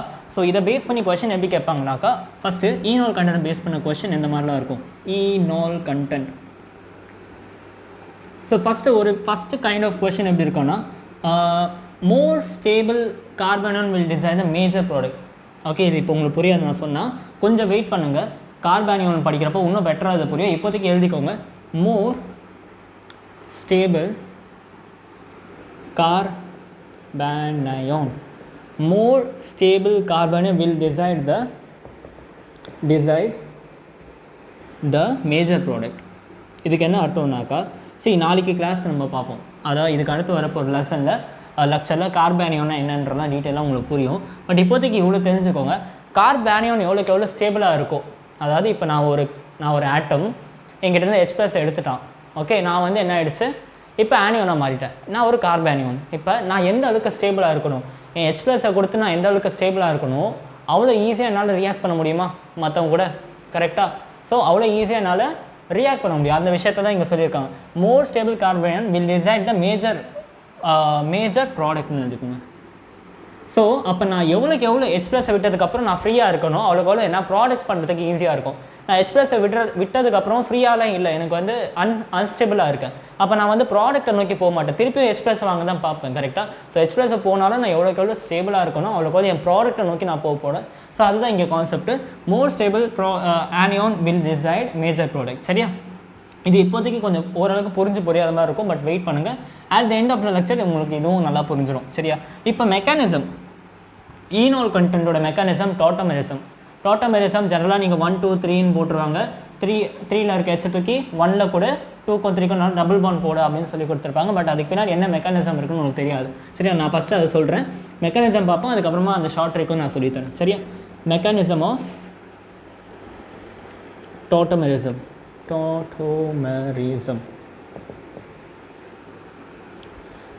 See, டோட்டோமெரிசம் ஜெனரலாக கீட்டோ குரூப்பில் நடக்கும் இந்த மாதிரி சரியா. டோட்டோமெரிசம் ஜெனரலாக கீட்டோ, நான் இந்த CH3 இங்கே இருக்குடா, CH3 இருக்குது. இந்த CH3ல் நான் ஒரு H மட்டும் தனியாக எழுதிக்கிறேன், உங்களுக்கு எக்ஸ்பிளைன் பண்ணுறதுக்காக ஒரு H மட்டும் நான் தனியாக எழுதிக்கிறேன். ஓகே, CH3ல் ஒரு H மட்டும் பிரித்து தனியாக எழுதிருக்கேன். ஆக்சுவலாக உங்களுக்கு ஃபஸ்ட்டு நான் ஷார்ட் கட் சொல்லிட்டுமா, டோட்டோமெரிசம் எப்படி நடக்கும் ஷார்ட் கட் சொல்லித்தரேன். எப்படின்னாக்கா என்ன பண்ணுவாங்க, சிம்பிளாக ஆக்சிஜனுக்கு 1 2 3, இங்கே 3 கொடுத்தா சரி, இங்கே 3 கொடுத்தா 1 தான். ஓகே, இப்படி போட்டுருவாங்க. என்ன பண்ணுவோம், 3லேருந்து ஒரு ஹைட்ரோஜன் தூக்கி இங்கே கொடுத்துடணும். 1 2க்கு நடுவில் இருக்க பாண்டு இங்கே இருக்க ஹைட்ரோஜன் இங்கே போயிடும், இந்த பாண்ட் இங்கே வந்துடும். ஸோ உங்களுக்கு வந்து என்ன டோட்டோமெரிசம் இதான் சொல்லுவாங்க. CH3 C இந்த இடத்துல பாருங்க, சிக்கும் டபுள் பாண்ட் வந்துருச்சு. ஓகே, 3 ஹைட்ரோஜனில் ஒரு ஹைட்ரோஜன் போய்ட்டு CH2, இந்த ஆக்சிஜனுக்கு அந்த போன ஹைட்ரோஜன் இந்த ஆக்சிஜன், இதான் டோட்டோமெரிசம்னு சொல்லுவாங்க. நம்ம இந்த காம்பவுண்ட் தான் ஃபார்ம் பண்ண போகிறோம். எப்படி ஃபார்ம் பண்ணுறதுன்னு மெக்கானிசமாக பார்ப்போம். ஓகே, மெக்கானிசமில் இது எப்படி ஃபார்ம் ஆச்சுன்றதை பார்ப்போம் சரியா. அதுக்கப்புறமா ஃப்யூச்சரில் எப்பவுமே நீங்கள் ஷார்ட் கட்டே யூஸ் பண்ணிக்கலாம். பட் இது என்னதுன்னு புரிஞ்சுனா தான் ஷார்ட் கட் யூஸ் பண்ணுறது கூட ஈஸியாக இருக்கும் நமக்கு. ஸோ இந்த இடத்துல வந்து CH2Hன்னு போட்டேன் சரியா. இப்போ என்ன போதும், டோட்டோமெரிசமில் நம்மளோட பேஸ் வந்து அட்டாக் பண்ண போகுது. OH- இருக்குது சரியா. OH- என்ன பண்ண போகிறோம், இந்த Hக்கு எலக்ட்ரான்ஸை கொடுத்துருவான். OH- இந்த Hக்கு எலக்ட்ரான் கொடுத்துருவோம். அப்போ உங்களுக்கு என்ன ஆகும், இந்த இடத்துல ஒரு ஆனியான் ஃபார்ம் ஆகும் கரெக்டாக. இந்த இடத்துல H+ வெளியே வந்துருச்சு. H+ வெளியே வந்தால் உங்களுக்கு என்ன ஆகும், CH3 C டபுள் பாண்டோ, இந்த இடத்துல வந்து CH2க்கு என்ன ஆகிடுச்சு, ஒரு ஆனியான் கிடச்சிச்சு, நெகட்டிவ் சார்ஜ் கிடச்சிச்சு. ஓகே, ஸோ இப்போ நெகட்டிவ் சார்ஜ் கிடச்சோன்னே உங்களுக்கு என்ன தெரியுது, இதுதான் கார்பனியான் சொன்னேன். இந்த கார்பனியான் எவ்வளோக்கு எவ்வளோ ஸ்டேபிளாக இருக்கோ அவ்வளோக்கு எவ்வளோ உங்களுக்கு ப்ராடக்ட் கிடைக்கும். அந்த ஈனோல் ஃபார்ம் ஆச்சுல்ல, அந்த ஈனோல் ஃபார்ம் ஆகிறதுக்கு இந்த ஆனியான் ஸ்டேபிளாக இருக்கணும். முதல்ல இந்த ஆனியான் ஸ்டேபிளாக இருக்கா இல்லையான்னு எப்படி தெரியும் பாருங்கள், ரெசனன்ஸ் இருக்குது. எப்படி, நெகட்டிவ் சிங்கிள் டபுள் ரெசனன்ஸ் எப்படி ஆகும், லோன் பேர் வந்து பாண்ட் பேராக மாறிடும், பாண்ட் பேர் லோன் பேராக மாறிடும் சரி. அப்போ உங்களுக்கு எப்படி இருக்கும், ரெசனன்ஸ் ஆனதுக்கப்புறமா CH3C இந்த இடத்துல லோன் பேர் பாண்ட் பேர் ஆகிடுச்சு. ஸோ CH2 கரெக்டாக இந்த இடத்துல ஆக்சிஜனுக்கு லோன் பேர் வந்துடுச்சு. ஆக்சிஜனுக்கு லோன் பேர் வந்துடுச்சு கரெக்டாக. இதுவும் வந்து என்ன ஆகும், இப்போ இந்த இடத்துல OH மைனஸ் இருக்குது, ஓகே, வாட்டர் இருக்கும், வாட்டர் அகெயின் ஈனோலில் வந்து வாட்டரோட கண்டென்ட் ஹெவியாக இருக்கும், நிறைய வாட்டர் மாலிக்யூல்ஸ் இருக்கும் சரியா. ஸோ இந்த இடத்துல OH மைனஸ் இருக்குது, இந்த ஆக்சிஜனுக்கு நெகட்டிவ் இருக்குது, இந்த இடத்துல OH இருக்குது. ஆக்சிஜன் என்ன பண்ணுவோம், தம்பி வாடான்ட்டு இந்த H ப்ளஸை கூப்பிட்றோம் கரெக்டாக. இந்த H ப்ளஸை வாடான்னு கூப்பிட்டோன்னே என்ன ஆகும், இந்த H அங்கே போய் ஒட்டிக்கும். ஸோ ஃபைனலாக உங்களுக்கு CS3 COH double bond CS2 கிடைக்கும். புரிஞ்சா இதுதான் நான் உங்களுக்கு ஸ்டார்டிங்லேயே வரைஞ்சி காமிச்சேன் கரெக்டாக. ஸ்டார்டிங்கில் என்ன சொன்னேன், இதை 1 இதை 2 இதை 3ன்னு வச்சுக்கோங்க. ஸோ என்ன பண்ணும், 3ல் இருக்க ஹைட்ரோஜனை 1க்கு கொடுத்துடணும் சரியா. 3ல் இருக்க ஹைட்ரோஜன் 1க்கு கொடுத்தாக்கா CS3 C ஆக்சிஜனுக்கு ஒரு ஹைட்ரோஜன் வந்துடுச்சு, 2க்கும் 3க்கும் நடுவில் பாண்டு போட்டுருணும்னு சொன்னேன் CS2. பாருங்கள் இது ஒன்றா, இதை தான் வந்து டாட்டோமெரிசம் சொல்லுவோம். ஓகே, டாட்டோமெரிசம் சொல்லுவோம். இந்த ஃபார்ம் ஆன கம்பவுண்ட் இருக்குல்ல, இதுதான் ஈனோல். ஓகே, இந்த ஈனோல் எப்போ ஃபார்ம் ஆகும்னாக்கா, இந்த ஆனியோன் எவ்வளோ ஈஸியாக ஃபார்ம் ஆகுதோ அவ்வளோக்குள்ள இந்த ஈனோல் வந்து ஃபார்ம் ஆகும். புரியுதா? ஸோ இதை பேஸ் பண்ணி கேட்பாங்க, ஈனோல் கண்டென்ட் வந்து இந்த ஆனியோன் கொஸ்டின் வந்து எப்படி இருக்குன்னா, டாட்டோமெரிசம் பண்ணி பார்ப்பீங்க. டாட்டோமெரிசம் பண்ணுறப்ப இது வந்து ஆக்சுவலாக டேரெக்டாக ஈனோல் ஃபார்ம் பண்ணுற கொஸ்டினாக இருந்தாக்கா ஈஸியாக பண்ணலாம். இந்த இந்த இந்த இந்த கான்செப்ட் பேஸ் பண்ணி ஈஸியாக பண்ணிடலாம். இது தெரியாதுனாக்கா ரொம்ப கஷ்டம். இந்த ஆனியோன் எப்படி பிரியுதுன்னு தெரிஞ்சுனாக்கா ஈஸி கொஸ்டின். ஓகே, இந்த ஆனியோன் எப்படி பிரியுதுன்னு தெரியலன்னா கொஸ்டினே கஷ்டமாயிடும் சரியா. சம்ஸை பார்க்குறப்ப புரியும், நான் ரியாக்ஷன் சொல்லி போடுறப்ப புரியும். இப்போதைக்கு வந்து இந்த ஆனியோன் எவ்வளோ ஸ்டேபிளாக இருக்கோ அவ்வளோக்கு அவ்வளோ வந்து நம்ம ஈனோலோட ஃபார்மேஷன் ஈஸியாக இருக்கும், அந்த ஈனோல் அவ்வளோக்கு ஸ்டேபிளாக இருக்கும்னு அர்த்தம் சரியா. கிளியராக? அதுக்கப்புறம் இன்னொரு பாயிண்ட் எழுதிக்கோங்க, எப்போவுமே கீட்டோ குரூப்போட ஸ்டெபிலிட்டி அதிகமாக இருக்கும் ஈனோலோட. ஏன்னா டிசோசியேஷன் எனர்ஜி பார்த்தோம்னா ஆக்சிஜனுக்கும் கார்பனுக்கும் நடுவில் இருக்கிறது வந்து அதிகம், ஆக்சிஜனுக்கும் கார்பனுக்கு நடுவில் இருக்க பாண்ட் அதிகம். ஈனோலில் பாருங்கள், கார்பனுக்கு நடுவில் இருக்க பாண்ட் இருக்குது. ஸ்டெபிலிட்டி இவனுக்கும் ஸ்டெபிலிட்டி செக் பண்ண யார் அதிகம்னு கேட்டால் கண்டிப்பாக கீட்டோ குரூப் தான் ஸ்டேபிள். ஓகே, அது இல்லைன்னு சொல்ல மாட்டேன். ஈனோலுக்கும் ஸ்டெபிலிட்டி செக் பண்ணுறப்ப தான் நீங்கள் அதை பார்க்கணும்.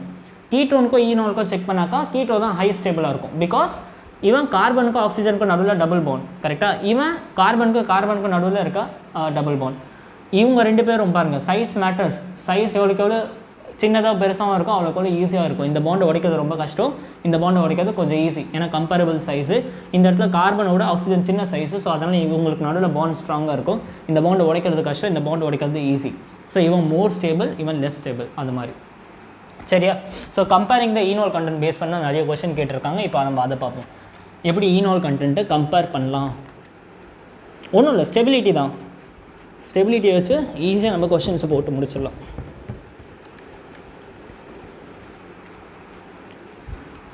எழுதிக்கோங்க, டாபிக் எழுதிக்கோங்க. கம்பேரிசன் ஆஃப், ரொம்ப இம்பார்ட்டன்ட் தான், ஏன்னா இப்போ ரீசெண்டாக இந்த டாப்பிக்லேருந்து நிறைய கொஸ்டின் கேட்குறாங்க. கம்பேரிசன் ஆஃப் ஈனோல் கண்டென்ட், யாரோட ஈனோல் கண்டென்ட் ரொம்ப ஸ்டேபிள் அப்படின்னு கேட்பாங்க கொஸ்டினில் சரியா. ஷார்ட் என்னன்னா enol content is directly proportional to stability. முடிஞ்சு போச்சு கதை, அவ்வளோதான். Enol content is directly proportional to stability. For example வந்து ஒரு கொஸ்டினை போடுவோம். ஓகே, ஏதாச்சும் ஒரு நல்ல கீட்டோன் குரூப் எடுக்கலாம். அப்போ ஈனோலோட கம்பேரிசன் பண்ணுற மாதிரி 2 பக்கம் ஈனோல் நடக்கிற மாதிரி எடுக்க போகிறேன். ஒரே கம்பவுண்டில் 2 ஈனோல் ஃபார்மேஷன். ஏன்னா இந்த மாதிரி கொஸ்டின்ஸ் கஷ்டமாக இருக்கும், மற்ற கொஸ்டின் தான் ஈஸியாக போட்டுரும். இந்த மாதிரி கொஸ்டின்ஸ் கொஞ்சம் கஷ்டமாக இருக்கும். C double bond CS2, C double bond CS2, CS3 வரும்னு, CS3 கரெக்டாக. CS3 C டபுள் பாண்டு நடுவில் CS2, C double bond CS3 கரெக்டாக. இதுக்கு ஈனோல் கண்டென்ட்டை கம்பேர் பண்ண சொல்கிறாங்க. ஈனோல் கண்டென்ட் எப்படி வரும், சி டபுள் பாண்டும் இருக்கணும், பக்கத்தில் ஒரு கார்பன் இருக்கணும். சி அப்போ 2 கேஸ் பாசிபிள். ஃபஸ்ட்டு இந்த நான் நம்பர் வச்சு போட்டு காமிக்கிறேன் சரி. டேரெக்டாக நம்பர் வச்சு போட்டுருவோமா, நம்பர் வச்சு போட்டுருவோம். சி 1 2 3 இந்த இடத்துல ஒரு டாட்டோமெரிசம் நடக்கும். ஸோ இங்கே ஒரு ஈனோல் ஃபார்ம் ஆக சான்ஸ் இருக்குது. ஓகே, அதே மாதிரி 1 2 3 இதுவும் அதுவும் ஒன்று தான். கொஞ்சம் நல்லா பார்த்தீங்கன்னா இங்கே நடக்கிற டோட்டோமெரிசமும் இங்கே நடக்கிற டோட்டோமெரிசமும் ஒன்று தான். 2 இடத்துல ஒரே மாதிரி டோட்டோமெரிசம் நடக்காது. ஓகே, 2 இடத்துல ஒரே டோட்டோமெரிசம் நடக்காது, ஏதாச்சும் ஒரு இடத்துல தான் நடக்கும். ஸோ இங்கே வந்து டோட்டோமெரிசம் நடக்குது. இன்னொரு பாசிபிலிட்டி என்ன, இங்கே 1 2 3 இது இன்னொரு பாசிபிலிட்டி. 2 பாசிபிலிட்டி நடக்கலாம் சரியா. 2த்துக்குமே ஈனோல் போடுவோம், அப்புறமா பார்ப்போம். ஸோ ஃபஸ்ட்டு இங்கே இருக்கிறதுக்கு ஈனோல் கண்டென்ட்டுக்கு பார்ப்போம். ஓகே, இங்கே இருக்க ஈனோல் கண்டென்ட்டுக்கு பார்ப்போம். சரி 1 2 3 என்ன பண்ணோன்னு சொன்னேன், 3லேருந்து ஒரு ஹைட்ரோஜன் தூக்கி ஆக்சிஜன் கொடுத்துருங்க. கார்பனுக்கும் கார்பனுக்கும் நடுவில் பாண்டை போட்டுருங்க, முடிஞ்சு போச்சு. சரியா? என்ன ஆகுதுன்னு பார்ப்போம். CH3 C double bond O CH2, இந்த இடத்துல கார்பன், இந்த கார்பனுக்கும் இந்த கார்பனுக்கும் நடுவில் டபுள் பாண்ட் CH2, ஒரு ஹைட்ரோஜன் போயிடுச்சு. எங்கே போயிடுச்சு? மேலே இருக்க ஆக்சிஜனுக்கு போயிடுச்சு, OH. புரிஞ்சா? மேலே இருக்க ஆக்சிஜனுக்கு OHக்கு போயிடுச்சு. நான் இந்த ஹைட்ரோஜன் என்ன பண்ணுறேன், நான் இப்படி வரைகிறேன், ஏன்னு அப்புறமா சொல்கிறேன். இப்படி வரைஞ்சிட்டேன். ஓகே, இன்னொரு கைண்ட் ஆஃப் ஈனால் எப்படி நடக்கும்? இந்த இடத்துல 1 2 3, இதுக்கு எப்படி? இங்கே இருக்க ஹைட்ரோஜன் தூக்கி இங்கே கொடுத்துருங்க, இங்கே இருக்க ஹைட்ரோஜன் தூக்கி இங்கே கொடுத்துருங்க, இவங்க ரெண்டு பேரும் நடுவில் டபுள் பாண்ட் போட்டுருங்க. So CH3 C double bond O CH double bond C O OH. Okay, and அதுக்கப்புறம் CH3. இப்போ நான் என்ன சொன்னேன்? ஈனால் கண்டென்ட், இதுவும் ஈனால் தான், இதுவும் ஈனால் தான். ஸ்டெபிலிட்டியை அது கம்பேர் பண்ணணும். எப்படி கம்பேர் பண்ணுறது? கொஞ்சம் நல்லா பார்த்தோம்னா இந்த இடத்துல ஆக்சிஜன் ஹைட்ரோஜன் நான் சொல்லி கொடுத்தேன்ல, ஹைட்ரோஜன் பாண்டிங் யாருக்கு நடுவில் நடக்கும்? ஃப்ளோரின் ஆக்சிஜன் நைட்ரோஜன், இந்த 3 பேரில் ஹைட்ரோஜனுக்கு யாராச்சும் கிடச்சாங்கன்னா அவங்க கூட ஹைட்ரோஜன் பாண்ட் ஃபார்ம் பண்ணிக்கும். ஸோ இந்த இடத்துல பார்த்தா இந்த ஈனால் ஃபார்ம் ஆகிடுச்சுல, இங்கே ஒரு ஹைட்ரோஜன் இருக்குது, இங்கே ஒரு ஆக்சிஜன் இருக்குது. ஸோ என்ன ஆகுது? இவங்க ரெண்டு பேருக்கு நடுவில் ஒரு ஹைட்ரோஜன் பாண்ட் ஃபார்ம் ஆகுது. அதே மாதிரி இங்கேயும் பார்த்தோம்னா ஹைட்ரோஜன் ஆக்சிஜன் இருக்குல்ல, இந்த இடத்துல ஒரு ஈனால் ஃபார்ம் ஆகுது, ஒரு ஹைட்ரோஜன் பாண்டிங் ஃபார்ம் ஆகுது. கரெக்டாக? பட் இந்த இடத்துல கொஞ்சம் நல்லா கவனித்து பார்த்தீங்கன்னாக்கா 1 2 3 4 5 6 6 செயின் இருக்கா, சில்லேட்டுன்னு சொல்லுவோம். கரெக்டாக? சில்லேட்டுன்னு சொல்லுவோம். ஒரு ரிங் ஃபார்ம் ஆகுது, ஒரு ரிங் ஃபார்ம் ஆகுது. அண்ட் இன்னொரு விஷயம்னாக்கா இந்த ரிங்கு பார்த்தோம்னாக்கா நமக்கு கொஞ்சம் அன்ஸ்டேபிள்ன்றது இதை பார்க்கும்போது உங்களுக்கு புரியும். இப்போதைக்கு வந்து ஒரு ரிங்கு ஃபார்ம் ஆகிருக்கு. ஓகே, ஒரு ரிங்கு ஃபார்ம் ஆகிருக்கு. இங்கேயும் பார்த்தோம்னா 1 2 3 4 5 1 2 3 4 5 5 ரிங் தான் வருதா? எங்கேயோ தப்பாக இருக்கே, 6 ரிங் வரணுமே, இல்லை 5 தான் வருது. சரியா? ஸோ இங்கே வந்து ஒரு ரிங் 5 ரிங்கு, அங்கே 6 ரிங் ஃபார்ம் ஆகுது, இங்கே 5 ரிங் ஃபார்ம் ஆகுது. கரெக்டாக? சூப்பரில். ஸோ இப்போ இது என்ன ஆக போகுதுன்னா நல்லா பாருங்கள், இங்கேயும் 5 தானே வருது, இல்லை ஓகே இங்கேயும் 6 ரிங் தானே, இந்த பாண்டை விட்டோமே, 6 ரிங்ஸ் ஃபார்ம் ஆகுது. கரெக்டாக?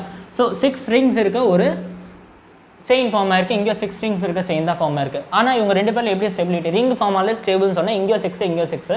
ஆனால் இந்த இடத்துல பார்த்தீங்கன்னாக்கா டபுள் பாண்ட் சிங்கிள் இருக்குது. ஆனால் இங்கே பாருங்கள் டபுள் சிங்கிள் ரெசனன்ஸ் இருக்கும். டபுள் பாண்ட் ரெசனன்ஸ், டபுள் இருந்தால் கூட ரெசனன்ஸ் நடக்கும்னு சொன்னேன். கரெக்டாக? இங்கே 6 ரிங் இருக்குது ப்ளஸ் ரெசோனன்ஸும் இருக்குது.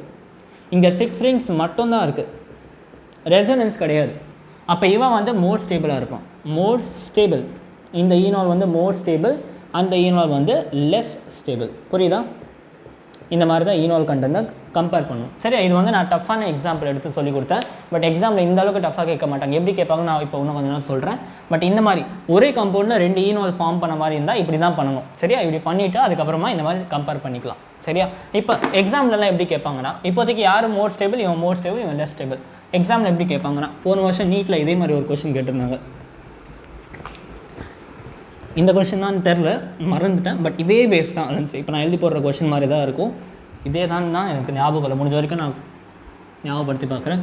கம்பேர் ஈனால் கண்டென்ட் அப்படின்னு கொடுத்துட்டு கொஷினு ஈனால் கண்டென்ட் அப்படின்னு கேட்டுட்டு, ஓகே, 2 ஸ்ட்ரக்சர் கொடுத்தாங்க. ஐ திங்க் ஒன்று வந்து இது,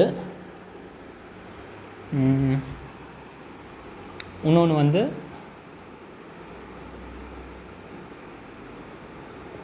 இது. இங்கே இருந்துச்சு டபுள் பாண்ட். இந்த 2 கம்பவுண்டுக்கு வந்து என்ன சொன்னாங்கன்னாக்கா, இல்லை இந்த இடத்துல வந்து டபுள் இதுவும் இல்லை, அவ்வளோதான். இந்த 2 காம்பவுண்ட், இது ஏ இது பி, இந்த 2 காம்பவுண்டுக்கு வந்து என்ன சொல்கிறாங்க, யாரோட ஈனால் வந்து கண்டென்ட் அதிகமாக இருக்கும், ஏ வில் பி கிரேட்டரா, B will be கிரேட்டரா.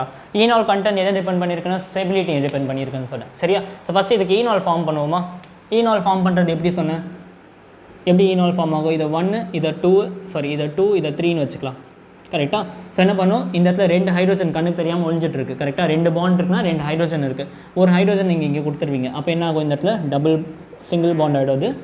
Single bond OH, ஒரு ஹைட்ரோஜன் போயிடுச்சு. இந்த கார்பனுக்கு இந்த கார்பனுக்கு நடுவில் டபுள் பாண்ட் ஆகிடுச்சு. கரெக்டாக? மீதி இருக்கிறதெல்லாம் அப்படியே தான் இருக்க போகுது. இது புரிஞ்சாடா? ஈஸியில் வெரி குட். ஸோ அடுத்து இந்த இடத்துல பார்த்தோம்னா இந்த இடத்துல எப்படி ஈனால் ஃபார்ம் பண்ணுவீங்க? சி 2 கேஸ் இருக்குது, 2 விதமாக யோசிக்கலாம். 1 2 3ன்னு யோசிப்பீங்க. ஆனால் என்ன பிரச்சனைனா இந்த இடத்துல பாருங்கள் 1 2 3 இந்த இடத்துல நீங்கள் ஒரு ஹைட்ரோஜன் எடுத்துட்டிங்கன்னா இங்கே ஒரு டபுள் பாண்ட் ஃபார்ம் பண்ணுவேன். ஆனால் டபுள் பாண்ட் பக்கத்தில் double bond is highly unstable. கரெக்டாக 180 டிகிரி ஆங்கிள் ரிங்கு உடஞ்சிரும். ஸோ இந்த இடத்துல வந்து வர்றதுக்கு சான்ஸ் இல்லை. ஸோ 1 2 3 இங்கே தான் வந்து என்ன நடக்கும்? டோட்டோமெரிசம் நடக்கும். ஸோ 3லேருந்து ஒரு ஹைட்ரோஜன் எடுத்து இங்கே கொடுத்துருவீங்க. அப்போ என்ன ஆகும் உங்களுக்கு? OH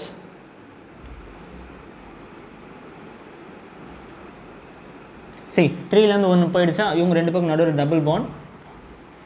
சூப்பர் ஸ்டேபிளாக வந்துருச்சு பாருங்கள். ஆரோமேட்டிசிட்டி கிடச்சிருச்சு.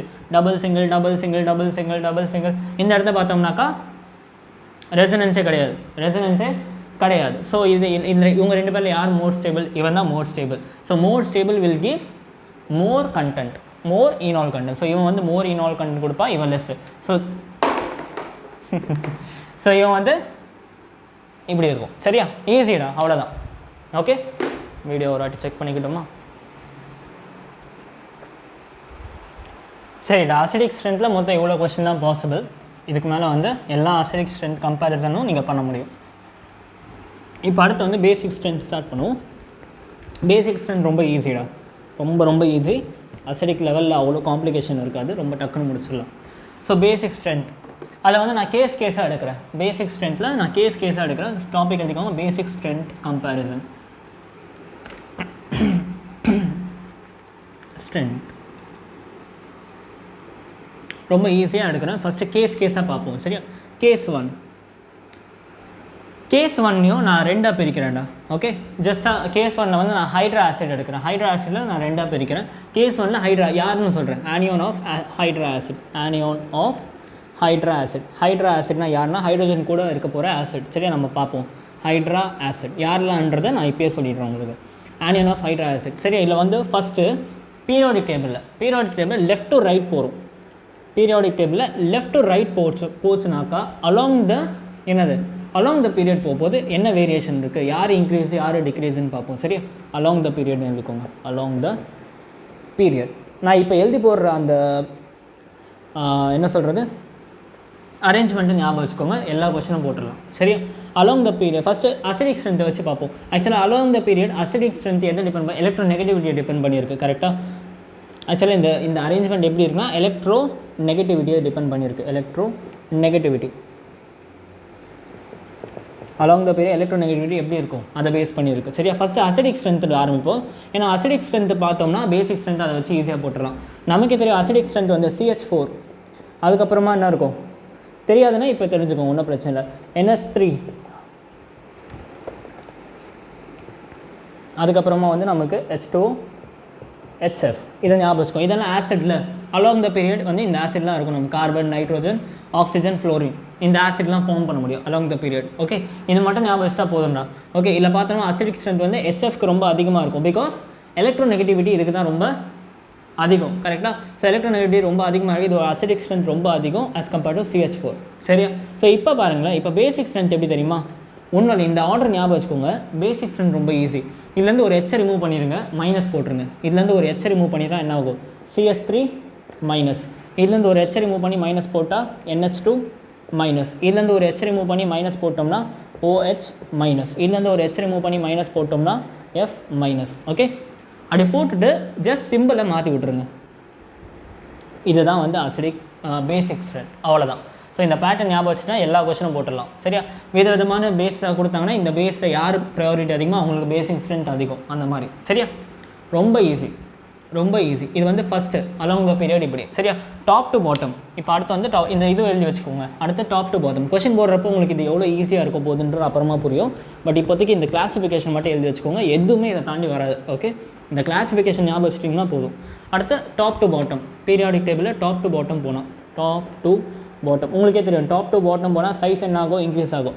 சைஸ் இன்க்ரீஸ் ஆச்சு என்ன அர்த்தம்? H+ ரிலீஸ் பண்ணுற டெண்டன்சி அதிகமாகிடும். கரெக்டாக? டாப் டு பாட்டம் போனோம்னா சைஸ் இன்க்ரீஸ் ஆகும். சைஸ் இன்க்ரீஸ் ஆச்சுன்னா H+ ரிலீஸ் பண்ணுற டெண்டன்சி வந்து கம்மியாகிடும், அதிகமாகிடும். சரியா? ஸோ அப்போ அசிடிக் ஸ்ட்ரென்த் HFக்கு இருக்கல லீஸ்ட்டு.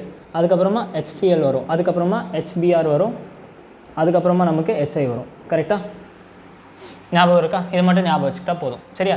இப்போ என்ன பண்ணணும்னா அதே தான் இங்கே பேசிக் ஸ்ட்ரென்த்துக்கு என்ன பண்ணணும், இந்த பேட்டர்ன் ஞாபகம் வச்சுக்கோங்க போதும். பேசிக் ஸ்ட்ரென்த்து ஹெச்சை ரிமூவ் பண்ணிவிட்டு எஃப் போட்டுருணும், எஃப் மைனஸ். ஹெச்சை ரிமூவ் பண்ணிட்டோம்னா சிஎல் மைனஸ், ஹெச்சை ரிமூவ் பண்ணிட்டோம்னா பிஆர் மைனஸ், ஹெச்சை ரிமூவ் பண்ணிட்டோம்னா ஐ மைனஸ். ஓகே, இப்போ என்ன பண்ணணும், ஜஸ்ட் இதை உல்ட்டா பண்ணி விட்ருங்க, முடிஞ்சு போச்சு. ரொம்ப யோசிக்கவே தேவையில்ல, உல்ட்டா பண்ணி விட்ருங்க, முடிஞ்சு போச்சு, அவ்வளோதான். ஸோ எஃப் மைனஸ் மோர் பேசிக், ஹெச்ஐ ஹெச் மைனஸ் லெஸ் பேசிக். ஓகே, எஃப் மைனஸ் வந்து மோர் பேசிக், ஐ மைனஸ் வந்து லீஸ்ட் பேசிக். இதை மட்டும் ஞாபகம் வச்சுக்கோ. ஷார்ட் ட்ரிக் கூட சொல்லித்தரேன்னா ஞாபகம் வச்சுக்கோ. இதெல்லாம் ஞாபகம் வச்சுக்கோன்னா வேறு எதுவுமே உங்கள் கொஸ்டின் கையிலேருந்து போகாது. ஓகே, ஜஸ்ட் இதை மட்டும் ஞாபகம் வச்சுட்டா போதும். இது ரெண்டு நோட் பண்ணிட்டீங்களா?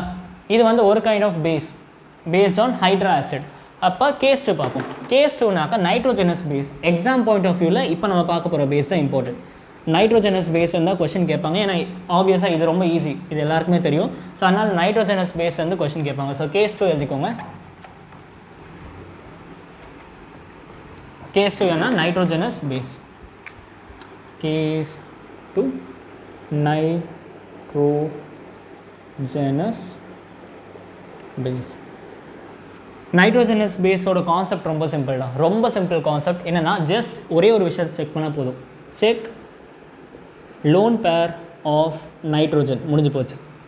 நைட்ரோஜனுக்கு மேலே லோன் பேர் இருக்கா, அவ்வளோதான். அதுதான் வந்து என்னது, அதுதான் ஹையஸ்ட் பேசிக். ஓகே, நைட்ரோஜன் மேலே லோன் பேர் இல்லை, ரெசனன்ஸில் இருக்குது, இல்லை பக்கத்துலேயே வந்து ஆப்வியஸாக ரெசனன்ஸ் தான் இருக்கும். லோன் பேர் வந்து லோக்கலைஸ்டாக இருக்கும், டீலோக்கலைஸ்டாக இருக்கும், படிச்சிருக்கோம். லோக்கலைஸ்டாக இருந்துச்சுனாக்கா நல்ல பேஸாக இருக்கும். ஏன்னா ஆப்வியஸாக பேஸ்னு யாரை சொல்லுவோம், லோன் பேர் கொடுக்குறவன தான் பேஸ்ன்னு சொல்லுவோம். லோன் பேர் கொடுக்கணும்னா ஃபஸ்ட்டு லோன் பேர் இருக்கணும், கரெக்டாக? லோன் பேர் இருந்தாலும் லோன் பேர் கொடுக்க முடியும், அப்போ தான் அது பேஸ் ஆக முடியும். லோன் பேரே இல்லாமல் ரெசனன்ஸ் இருந்தால் லோன் பேர் கொடுக்க முடியாது. ஸோ அந்த கான்செப்டை பேஸ் பண்ணி தான் check lone pair of nitrogen, அவ்வளோதான், ரொம்ப ஈஸி. ஓகே, சொல்லட்டுமா? இதோட கான்செப்ட் சொல்லட்டுமா, இல்லை டேரெக்டாக உங்களுக்கு ட்ரிப் சொல்லட்டுமா? சரி, கான்செப்ட் பாருங்கள். சரி, ஃபார் எக்ஸாம்பிள் இப்படி இருக்குது, நைட்ரோஜனுக்கு ஒரு லோன் பேர் இருக்குது. இந்த இடத்துல வந்து ஒரு H+ வெயிட் பண்ணுறான். இந்த H+க்கு இந்த லோன் பேரை கொடுத்தாதே ஒரு நல்ல பேஸ், கரெக்டாக? இந்த H+க்கு இவன் என்ன பண்ணுவான், லோன் பேரை கொடுத்துருவான். லோன் பேரை கொடுத்துட்டு இவன் என்ன ஆகிடுவான், இந்த மாதிரி ஆகிடுவான், கரெக்டாக? அப்போ இவனுக்கு ப்ளஸ் சார்ஜ் வரும், கரெக்டாக? இந்த விஷயம் நடக்குது அப்படின்னா தான், இந்த விஷயம் இப்படி நடக்குது அப்படின்னாக்கா தான் இது வந்து ஒரு நல்ல பேஸ். இது இப்படி நடக்கலை அப்படின்னா இது ஒரு நல்ல பேஸ் கிடையாது, சரியா? அப்போ இந்த மாதிரி நடக்குதுனாக்கா பேஸ், இந்த கேபியோட வேல்யூ வந்து ரொம்ப அதிகமாக இருக்கும். கேபியோட வேல்யூ ரொம்ப அதிகமாக இருந்துச்சுன்னா அது என்னது, நல்ல பேஸ்னு அர்த்தம். கேபியோட வேல்யூ லீஸ்ட்டாக இருக்குது, இல்லை பிகேபியோட வேல்யூ வந்து கம்மியாக இருக்குது, அப்பையும் இது வந்து ஒரு நல்ல பேஸ். இந்த ரெண்டு விஷயமும் நடக்கணும். ஓகே, கிளியரா? நீங்கள் இதை பார்த்தா ரொம்ப யோசிக்க வேணாம், நான் உங்களுக்கு டேரெக்டாக ஸ்டெப் சொல்லித்தரேன். இதை ஞாபகம் வச்சுட்டிங்கன்னா போதும். ஒரு சீரீஸ் ஒன்று எழுதி போடுறேன், அந்த சீரீஸ் ஞாபகம் வச்சுக்கோங்க. அதை தாண்டி எதுவுமே கொஸ்டின் கேட்க மாட்டாங்க. ஹையஸ்ட் பேசிக் யாருக்கு இருக்கும் ஞாபகம் இருக்கா? ஆப்ஜெக்டிவ்ல கேட்டிருக்காங்க ஒரு வாட்டி. Which is most basic in organic chemistry? ஞாபகம் இருக்காடா? இன்றைக்கி சொல்கிறேன் உங்களுக்கு. ஒரு நிமிஷம் இருங்க, நான் எழுதிட்டு அப்புறமா உங்களுக்கு நானே லைட்டாக மறந்துட்டேன். சரிடா, இதான் அந்த சீரியஸ் ஞாபகம் வச்சுக்கோங்க. ஸோ இதில் பார்த்தா இதான் ஹையஸ்ட் பேசிக். ஆர்கானிக் கெமிஸ்ட்ரி இதான் ஹையஸ்ட் பேசிக். இதோட பேர் குவானிடின்னு சொல்லுவோம். குவானிடின், GUANIDE. ஓகே, குவானிடின்னு சொல்லுவோம். இதுதான் ஹையஸ்ட் பேசிக். அண்ட் இதோட ஆர்டர் வந்து இப்படி இருக்குது, சரியா? ஸோ இப்போ இந்த இடத்துல நிறைய பேருக்கு ஒரு டவுட் வரும். இங்கே ஒரு நைட்ரோஜன் இருக்குது, இங்கே ஒரு நைட்ரோஜன் இருக்குது, இங்கே ஒரு நைட்ரோஜன் இருக்குது. எந்த நைட்ரோஜன் பேஸ் ஆக்ட் ஆகும்? எந்த நைட்ரோஜன் பேஸ் ஆக்ட் ஆகும்? ஏன்னா இந்த நைட்ரோஜன் கிட்டே லோன் பேர் இருக்குது, கரெக்டாக?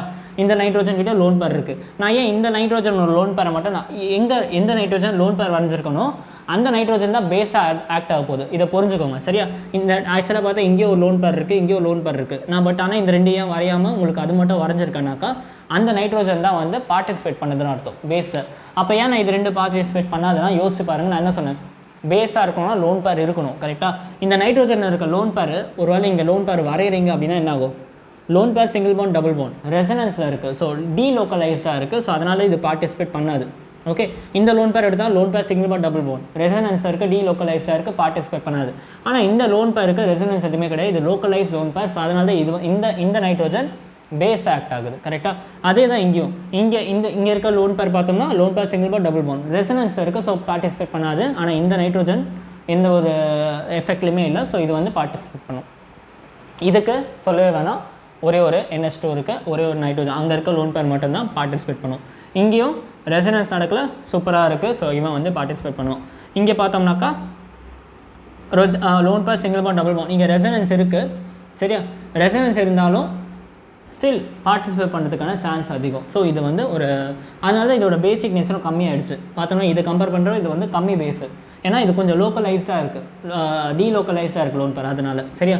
இவனுக்கு பார்த்தா இன்னும் கொஞ்சம் டீலோக்கலைஸ்டாக இருக்குது. Or single bond double bond. Okay, நிறைய பேருக்கு டவுட் வரும், இங்கேயும் லோன் பேர் ரெசனன்ஸ் இருக்குது, இங்கேயும் ரெசனன்ஸ் இருக்குது, ஆனால் இது ஏன் வந்து இதோட கம்மி பேஸாக இருக்குது அப்படின்னு டவுட் வரும். எத்தனை பேருக்கு அந்த டவுட் வந்துச்சு? இது பார்த்தோம்னா sp2 ஹைப்ரிடைஸ்ட் கரெக்டாக, ஏன்னா நைட்ரோஜன் மேலே லோன் பேர் இருக்குது. இதுவும் வந்து sp2 ஹைப்ரிடைஸ்ட் தான், நைட்ரோஜன் மேலே லோன் பேர் இருக்குது. ஆனால் ஏன் இவனுக்கு வந்து கம்மியாக இருக்குது, இவனுக்கு அதிகமாக இருக்குது? யோசிங்க, கமான் யோசிச்சு பாருங்கள், திங்க் பண்ணுங்கள். கொஞ்சம் யோசிச்சிங்கன்னா ஆன்சர் கிடச்சிரும். ஆப்வியஸாக லாஸ்ட் ஒன் வந்து லீஸ்ட், ஏன்னா இந்த ட்ரிபிள் பாண்ட் இருக்குது கரெக்டாக. ட்ரிபிள் பாண்ட் என்ன அர்த்தம்? மோர் எலக்ட்ரான் ஆஸ் பாண்ட் எவ்வளோ அதிகமாகும், எலக்ட்ரான் நெகட்டிவிட்டி அவ்வளோ அதிகமாகும். ஸோ அவ்வளோ ஈஸியாக அவங்ககிட்ட லோன் பேர் பிடுங்க முடியாது. சரியா? இப்போ எனக்கு என்ன டவுட்னா, இவங்க ரெண்டு பேரில் இவனுக்கு ஏன் பேசிக் நேச்சர் அதிகமாக இருக்குது, இவனுக்கு ஏன் கம்மியாக இருக்குது? கொஞ்சம் யோசிச்சு பார்க்குறீங்களா? நீங்களே ஆன்சர் பண்ணுறீங்களா? கமெண்ட்டில் எனக்கு சொல்லுங்கள். ஏன் இவனோட பேசிக் நேச்சர் அதிகமாக இருக்குது, என்ன ரீசனாக இருக்கலாம்? இங்கே sp2, இங்கேயும் sp2 தான். ஓகே, பட் இந்த இடத்துல ரெசனன்ஸ் பார்த்தா பக்கத்தில் நடக்குது, இங்கே ஸ்ட்ரெயிட் செயின். நானே சொல்லிட்டேன்னா உங்களுக்கு சரி ஓகே, இருந்தாலும் நீங்கள் சொல்லுங்கள், நான் வெயிட் பண்ணுறேன். நீங்கள் சொல்லுங்கள், உங்களோட அண்டர்ஸ்டாண்டிங் எப்படி இருக்குன்னு பார்க்குறேன். உங்களுக்கு ஓரளவுக்கு நான் ஹிண்ட்டும் கொடுத்துட்டேன். ஓகே, இருந்தாலும் நீங்களும் ட்ரை பண்ணுங்கள். சரிடா, ஸ்டார்ட் பண்ணுவோமா? அடுத்த டாப்பிக்கு எஃபெக்டில் ஒன்றும் இல்லை, பேசிக் நேச்சர் எப்படி கண்டுபிடிக்கிறது தான் எஃபெக்ட். கொஷின் சால்வ் பண்ணும்போது எல்லாமே கிளியர் ஆகிடும். எஃபெக்ட்ஸ் பார்ப்போம். எஃபெக்ட்ஸ் ரொம்ப சிம்பிள்டா, ஒன்றும் இல்லை, ஜஸ்ட் ப்ளஸ் மட்டும்தான், இல்லை வேறு எதுவும் இல்லை. எஃபெக்ட்ஸ் ரொம்ப simple. Basic strength directly proportional to +m +i and inversely proportional to -m -i. Acidic strength எப்படி இருந்துச்சு? Acidic strength is directly proportional to -i -m, கூடவே இன்னொரு ஹெச்ன்ற ஒரு டேர்ம் வரும். இதுக்கு ஹெச்லாம் கிடையாது, வெறும் +m +i மட்டும்தான். சரியா? ஸோ எஃபெக்ட் முடிச்சா, அதுக்கப்புறம் இன்னும் 2 இம்பார்ட்டண்ட் எஃபெக்ட் இருக்குது. அதுக்கப்புறமா கொஷின் பார்ப்போம். சரியா? இன்னும் 2 இம்பார்ட்டண்ட் எஃபெக்ட். அந்த 2 இம்பார்ட்டண்ட் எஃபெக்ட் என்னென்னு பார்ப்போம். ஃபஸ்ட்டு வந்து சர் எஃபெக்ட்.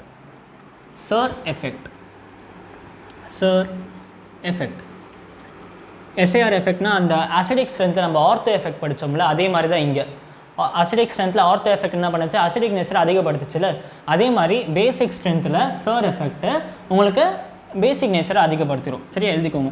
யாருக்கு அப்ளிகபிள்னா, இட் இஸ் அப்ளிகபிள், எல்லாருக்குமே எல்லாம் அப்ளிகபிள் இல்லை, it is applicable in 2 degree and 3 degree அமீனில் மட்டும்தான். இது ஆரோமேட்டிக் அமீன், அது கூட 2 degree and 3 degree aromatic amine. Aromatic அமீன்னா என்னென்னு தெரியும்? இப்படி இருக்குது, இந்த இடத்துல வந்து NH இருக்குது கரெக்டாக. 2 டிகிரி 3 டிகிரின்னு என்னென்னா, ஒருவேளை NHக்கு 2 சைட்லையுமே ஒரு கார்பன் செயின், 3 சைட்லையுமே கார்பன் செயினை இதை 3 டிகிரி அமீன்னு சொல்லுவோம். இது 2 சைடில் கார்பன் செயின் ஒரே ஒரு H இருக்குது, இது என்ன சொல்லுவோம்? 2 டிகிரின்னு சொல்லுவோம். இல்லை 3 சைடு 2 H இப்படி இருக்குது, இதை வந்து என்ன சொல்லுவோம்? 1 டிகிரின்னு சொல்லுவோம். சரியா? ஸோ இதான் டிகிரிக்கு அர்த்தம். இது எக்ஸாம்பிள்லாம் பார்த்தா உங்களுக்கு இன்னும் புரிஞ்சிடும். இப்போதைக்கு வந்து இது யாருக்கு அப்ளிகபிள்னா, 2 டிகிரி அண்ட் 3 டிகிரி ஆரோமேட்டிக் அமீனுக்கு மட்டும் தான் இது வந்து அப்ளிகபிள். சரியா? ஓகே, ஸோ இதனால் என்ன ஆகும்னா, பேசிக் ஸ்ட்ரென்த் இன்க்ரீஸ் ஆகும். சர் எஃபெக்ட்னால பேசிக் ஸ்ட்ரென்த் இன்க்ரீஸ் ஆகும், ஞாபகம் வச்சுக்கோங்க. எக்ஸாம்பிள் பார்ப்போமா? ஒரு எக்ஸாம்பிள் பார்த்தோம்னா இன்னும் கிளியராக புரிஞ்சிடும். சரியா? ஃபார் எக்ஸாம்பிள் 2 டிகிரி அமீன் நான் வந்து என்ன பண்ணிக்கிறேன், ஒரு 2 டிகிரி அமீன் எடுத்துக்கிறேன், ஆரோமேட்டிக் அமீனில். ஸோ இந்த இடத்துல வந்து நைட்ரோஜன் கூட Me2 எடுத்துக்கிறேன். ஓகே, 2 டிகிரி அமீன் எடுத்தாச்சு. சரியா? இந்த இடத்துல பாருங்கள், Me2 எடுத்திருக்கேன். ஸோ இந்த இடத்துல ஒரு லோன் பேர் இருக்குது நைட்ரோஜனுக்கு. இப்போ என்ன ஆகும், இது பேஸ் ஆகணும்னா வெளியே இருந்து ஒரு H+ வந்து அக்செப்ட் பண்ணணும், அப்போ தான் இது பேஸ் ஆகும். வெளியே இருந்து ஒரு H+ அக்செப்ட் பண்ணால் தான் இது பேஸ் ஆக முடியும். ஸோ என்ன ஆகிடுச்சுன்னா, அக்செப்ட் பண்ணதுக்கப்புறம் என்ன ஆகுதுன்னு பார்ப்போம். சியர்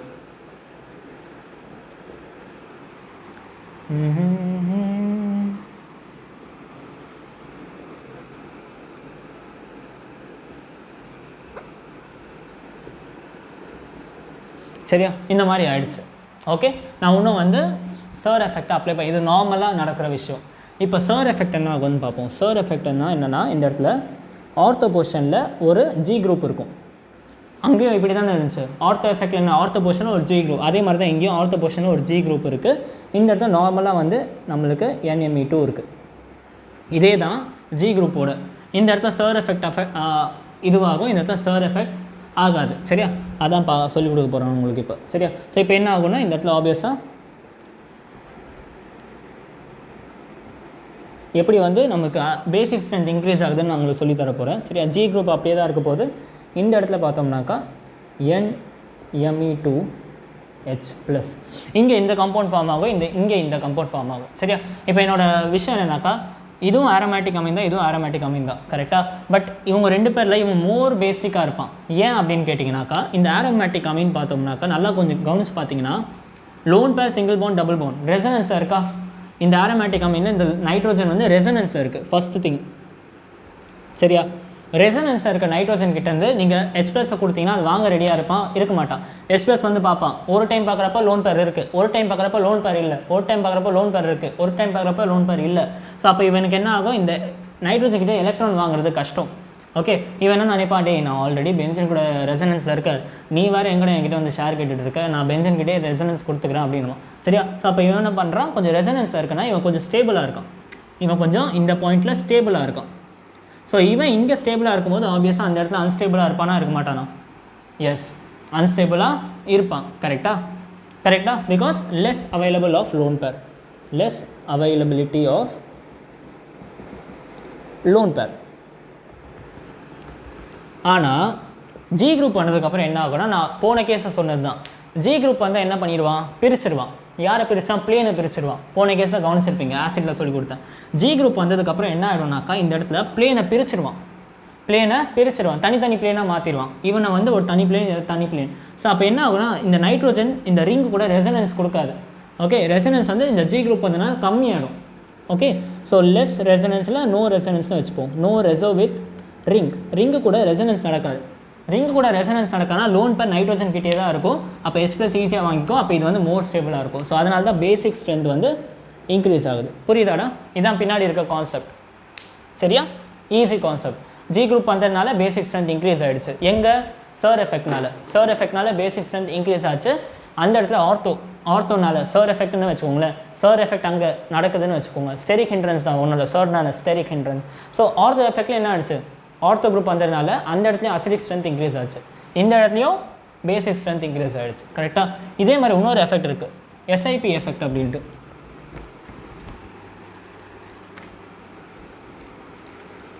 SIPனா ஸ்டெரிக் ஹிண்ட்ரன்ஸ் தான், ஜஸ்ட் ப்ரோட்டனேஷன் நடக்கும் கூடவே. சரி, அதனால SIPன்னு சொல்லுவோம். SIP எஃபெக்ட் பார்த்துட்டு அவ்வளோதான், முடிச்சிடலாம். அந்த கொஷின் பார்த்துருவோம். சரியா, SIP எஃபெக்ட்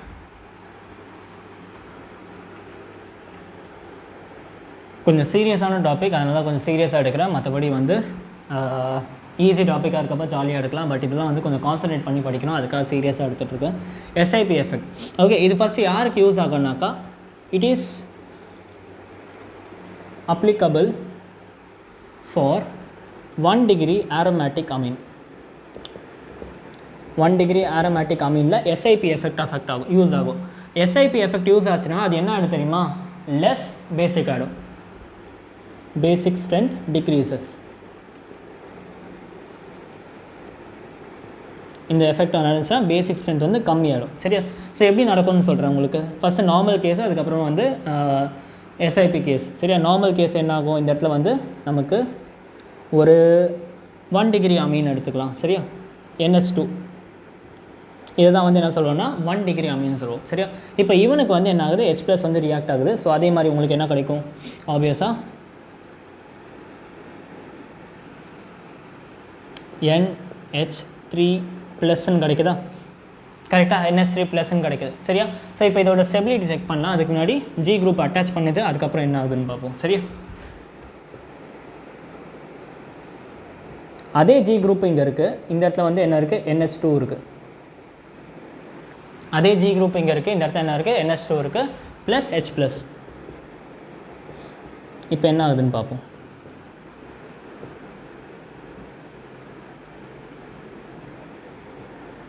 ஓகேடா, ஸோ இப்போ நீங்கள் கவனித்து பார்த்தீங்கன்னா தெரியும். ஓகே, நல்லா கொஞ்சம் பாருங்கள். இந்த இடத்துல என்ன இருக்குது, ஜி குரூப்லாம் கிடையாது. இந்த இடத்துல ஜி குரூப் இருக்குது. ஸோ நார்மலாக வந்து இந்த இடத்துல ஃபார்ம் ஆகிடுச்சு. நான் சொன்ன அதே கேஸ் தான், இந்த இடத்துல ரெசனன்ஸாக நடக்கும். ஓகே, அதில் பிரச்சனை இல்லை.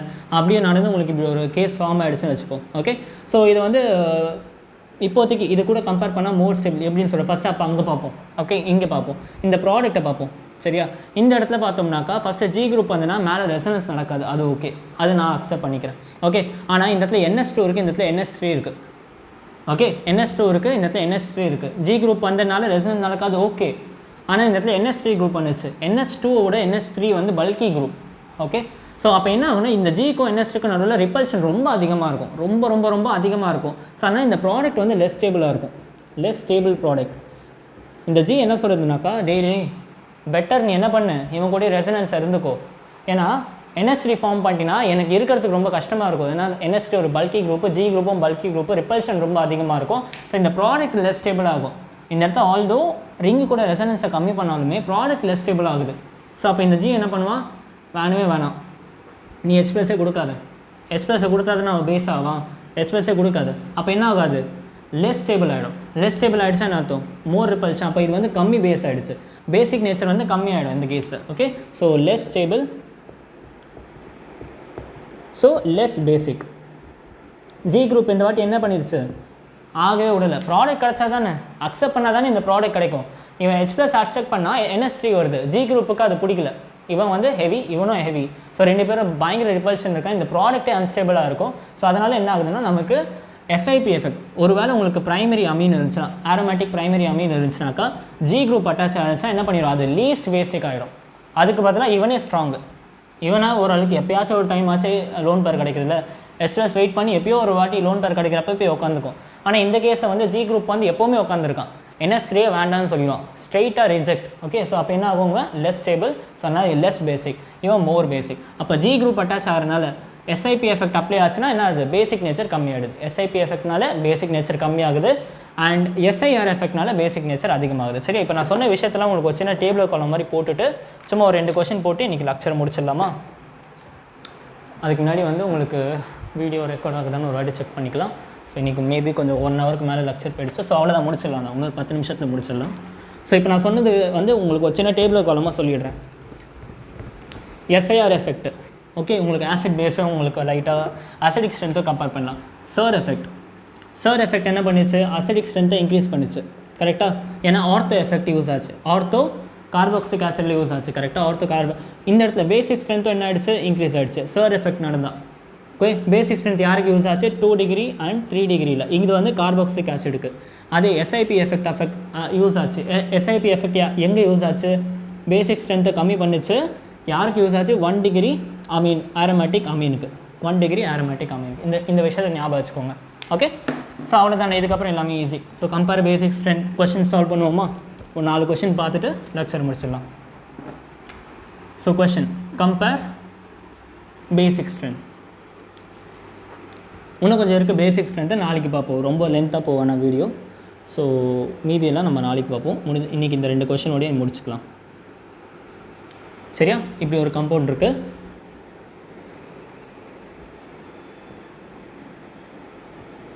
ஸோ இவங்க 2 பேர் இருக்காங்க. சரியா, இதை வந்து ஏன்னு வச்சுக்கோங்க, இதை வந்து பின்னு வச்சுக்கோங்க. யார் மோர் பேசிக்காக இருப்பா, யோசிங்க. Which will be more basic, think பண்ணி பாருங்கள். எந்த இடத்துல லோன் பேர் அவைலபிளாக இருக்கும்னு பார்க்கணும். சரியா, இந்த இடத்துல பார்த்தோம்னா lone pair single double, lone pair single double, lone pair single double, இங்கே lone pair single double. So இந்த இடத்துல லோன் பேர் வந்து அவைலபிள் கிடையாது. இந்த இடத்துல லோன் பேர் அவைலபிள் கிடையாது. சரியா, இந்த இடத்துல பார்த்தோம்னாக்கா loan pair single double combination கிடையாது ஓரளவுக்கு. ஓகே, இதுக்கு வந்து ரொம்ப அதிகம். இந்த சைட்லேருந்தும் பண்ணலாம், இந்த சைட்லேருந்தும் பண்ணலாம். இவனுக்கு அப்படி கிடையாது. இவனுக்கு loan pair single double combination. இந்த இடத்துல ஆக்சுவலாக lone pair is available. Lone pair அவைலபிளாக இருந்தால் என்ன அர்த்தம், மோர் பேசிக். முடிஞ்சு போச்சு. ஒரு கொஷின் முடிஞ்சா, அடுத்து இந்த கொஷின் பாருங்கள். ஒரே காம்பவுண்ட்லேயே நான் தரேன். இந்த மாதிரி கொஷின் ஜென்ரலாக நிறைய பேர் கஷ்டமாக இருக்கும். ஒரே காம்பவுண்ட்லேயே டிஃப்ரெண்ட் பேசஸ் இருந்தால் என்ன ஆகும். சரியா, ஃபார் எக்ஸாம்பிள் இந்த இடத்துல NH2 இருக்குது. ஓகே, அண்ட் இந்த இடத்துல என்ன பண்ணிக்கலாம், NH இருக்கட்டும். ஓகே, அண்ட் இன்னொரு பேஸ் வச்சுக்கிறீங்களா.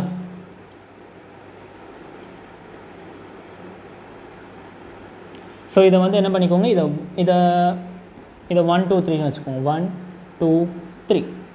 ஸோ கம்பேர் பண்ணுங்கள், 1 2 3ல் யார் வந்து மோர் பேசிக்காக இருப்பா, 1 2 3ல யார் மோர் பேசிக்காக இருப்பா? ரொம்ப ஈஸி தான், இதுவும் ரொம்ப ஈஸி. இது என்னது 1 டிகிரி, இது என்னது 2 டிகிரி, இது என்னது 3 டிகிரி. சரியா? நான் ஆல்ரெடி சொல்லியிருக்கேன் 3 degree will be more basic then 2 degree, அதுக்கப்புறமா 1 டிகிரி. இப்போ தானே பார்த்தோம் 1 டிகிரிலாம் வந்து பார்த்தா 1 டிகிரி அமீன் வந்து லீஸ்ட் பேசிக்காக இருக்கும் நமக்கு, கரெக்டாக? So general 3 degree will be more basic, 2 degree, அதுக்கப்புறம் 1 டிகிரி. ஓகே, இது நார்மலாக ஞாபகம் வச்சுக்கலாம் நீங்கள்.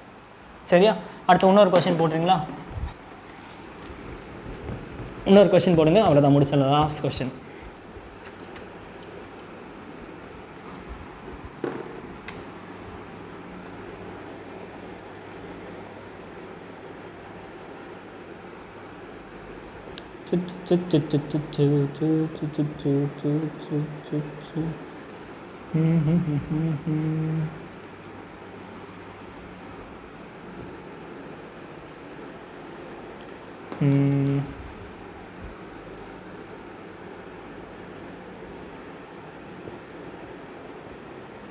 ஸோ இது கம்பேர் பண்ணுங்கள்.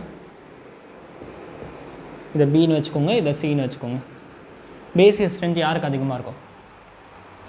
திங்க் பண்ணுங்கள்.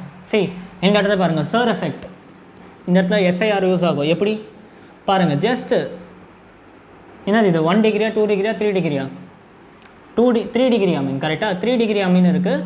ப்ளஸ் இது என்னது, இந்த இடத்துல ஜி குரூப் இருக்குது. ஸோ இது என்ன, சர் எஃபெக்ட் படி இவன் வந்து ஹையஸ்ட்டாக இருப்பான், பேசிக் நேச்சர் ரொம்ப அதிகம். இப்போ இவங்க 2 பேருக்கும் கம்பேர் பண்ணணும். இவங்க 2 பேரும் கம்பேர் பண்ண இந்த இடத்துல பாருங்கள், இந்த இடத்துல ப்ளஸ் ஐ எஃபெக்ட் மட்டும் தானே வரும், கரெக்டாக? மித்தல் குரூப் இருக்குது. ஸோ ப்ளஸ் ஐ மட்டும் தான் வரும், மைனஸ் ஐ வராது. சாரி, ப்ளஸ் ஐ மட்டும் தான் இருக்கும், ப்ளஸ் எம் வராது. ஏன்னா மீட்டா குரூப் கிடையாது. ஓகே, மீட்டா போர்ஷன் கிடையாது. மீட்டா போர்ஷனில் நமக்கு plus M minus M group apply ஆகாது. ஸோ ப்ளஸ் ஐ மட்டும் தான். ஆனால் இந்த இடத்துல பார்த்தா ப்ளஸ் ஐயும் இருக்குது, ப்ளஸ் எம்மும் இருக்குது. நான் ஆல்ரெடி சொன்னேன், basic strength is directly proportional to plus I and plus M, கரெக்டாக? Plus I plus M combination இருந்தால் ரொம்ப பேசிக்காக இருக்கும். ஸோ அப்போ C will be more basic then B. புரிஞ்சாடா? கிளியரில்? ஈஸியாக. இன்னும் ஒரே ஒரு கொஸ்டின் போடுறீங்களா? இன்னும் ஒரு கொஸ்டின் அப்புறம் முடிச்சுக்கலாம். சரியா? இன்னும் ஒரு கொஸ்டின், அவ்வளோதான், லாஸ்ட்டு.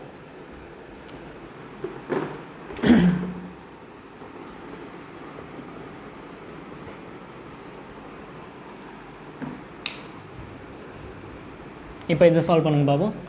இதுக்கு சொல்லுங்கள். அது ஏபிசி யாரோட பேசிக் ஸ்ட்ரென்த் அதிகமாக இருக்கும்? இந்த இடத்துல இது என்ன எஃபெக்ட்டு? பிரைமரி அமீன், கரெக்டாக? பிரைமரி அமீன் பக்கத்தில் ஜி குரூப்பு. ஸோ இது எஸ்ஐபி எஃபெக்ட், கரெக்டாக? இந்த 2 கேஸ் கம்பேர் பண்ணுங்கள். இந்த இடத்துல என்னது, வெறும் ப்ளஸ் ஐ இருக்குது. இந்த இடத்துல வந்து ப்ளஸ் ஐ ப்ளஸ் எம் இருக்குது. நான் என்ன சொன்னேன், ப்ளஸ் ஐ ப்ளஸ் எம் சேர்ந்தால் மோர் பேசிக். இப்போ இருக்கிறதே லீஸ்ட் பேசிக்கான இதான், ஏன்னா எஸ்ஐபி எஃபெக்ட் இருக்குது.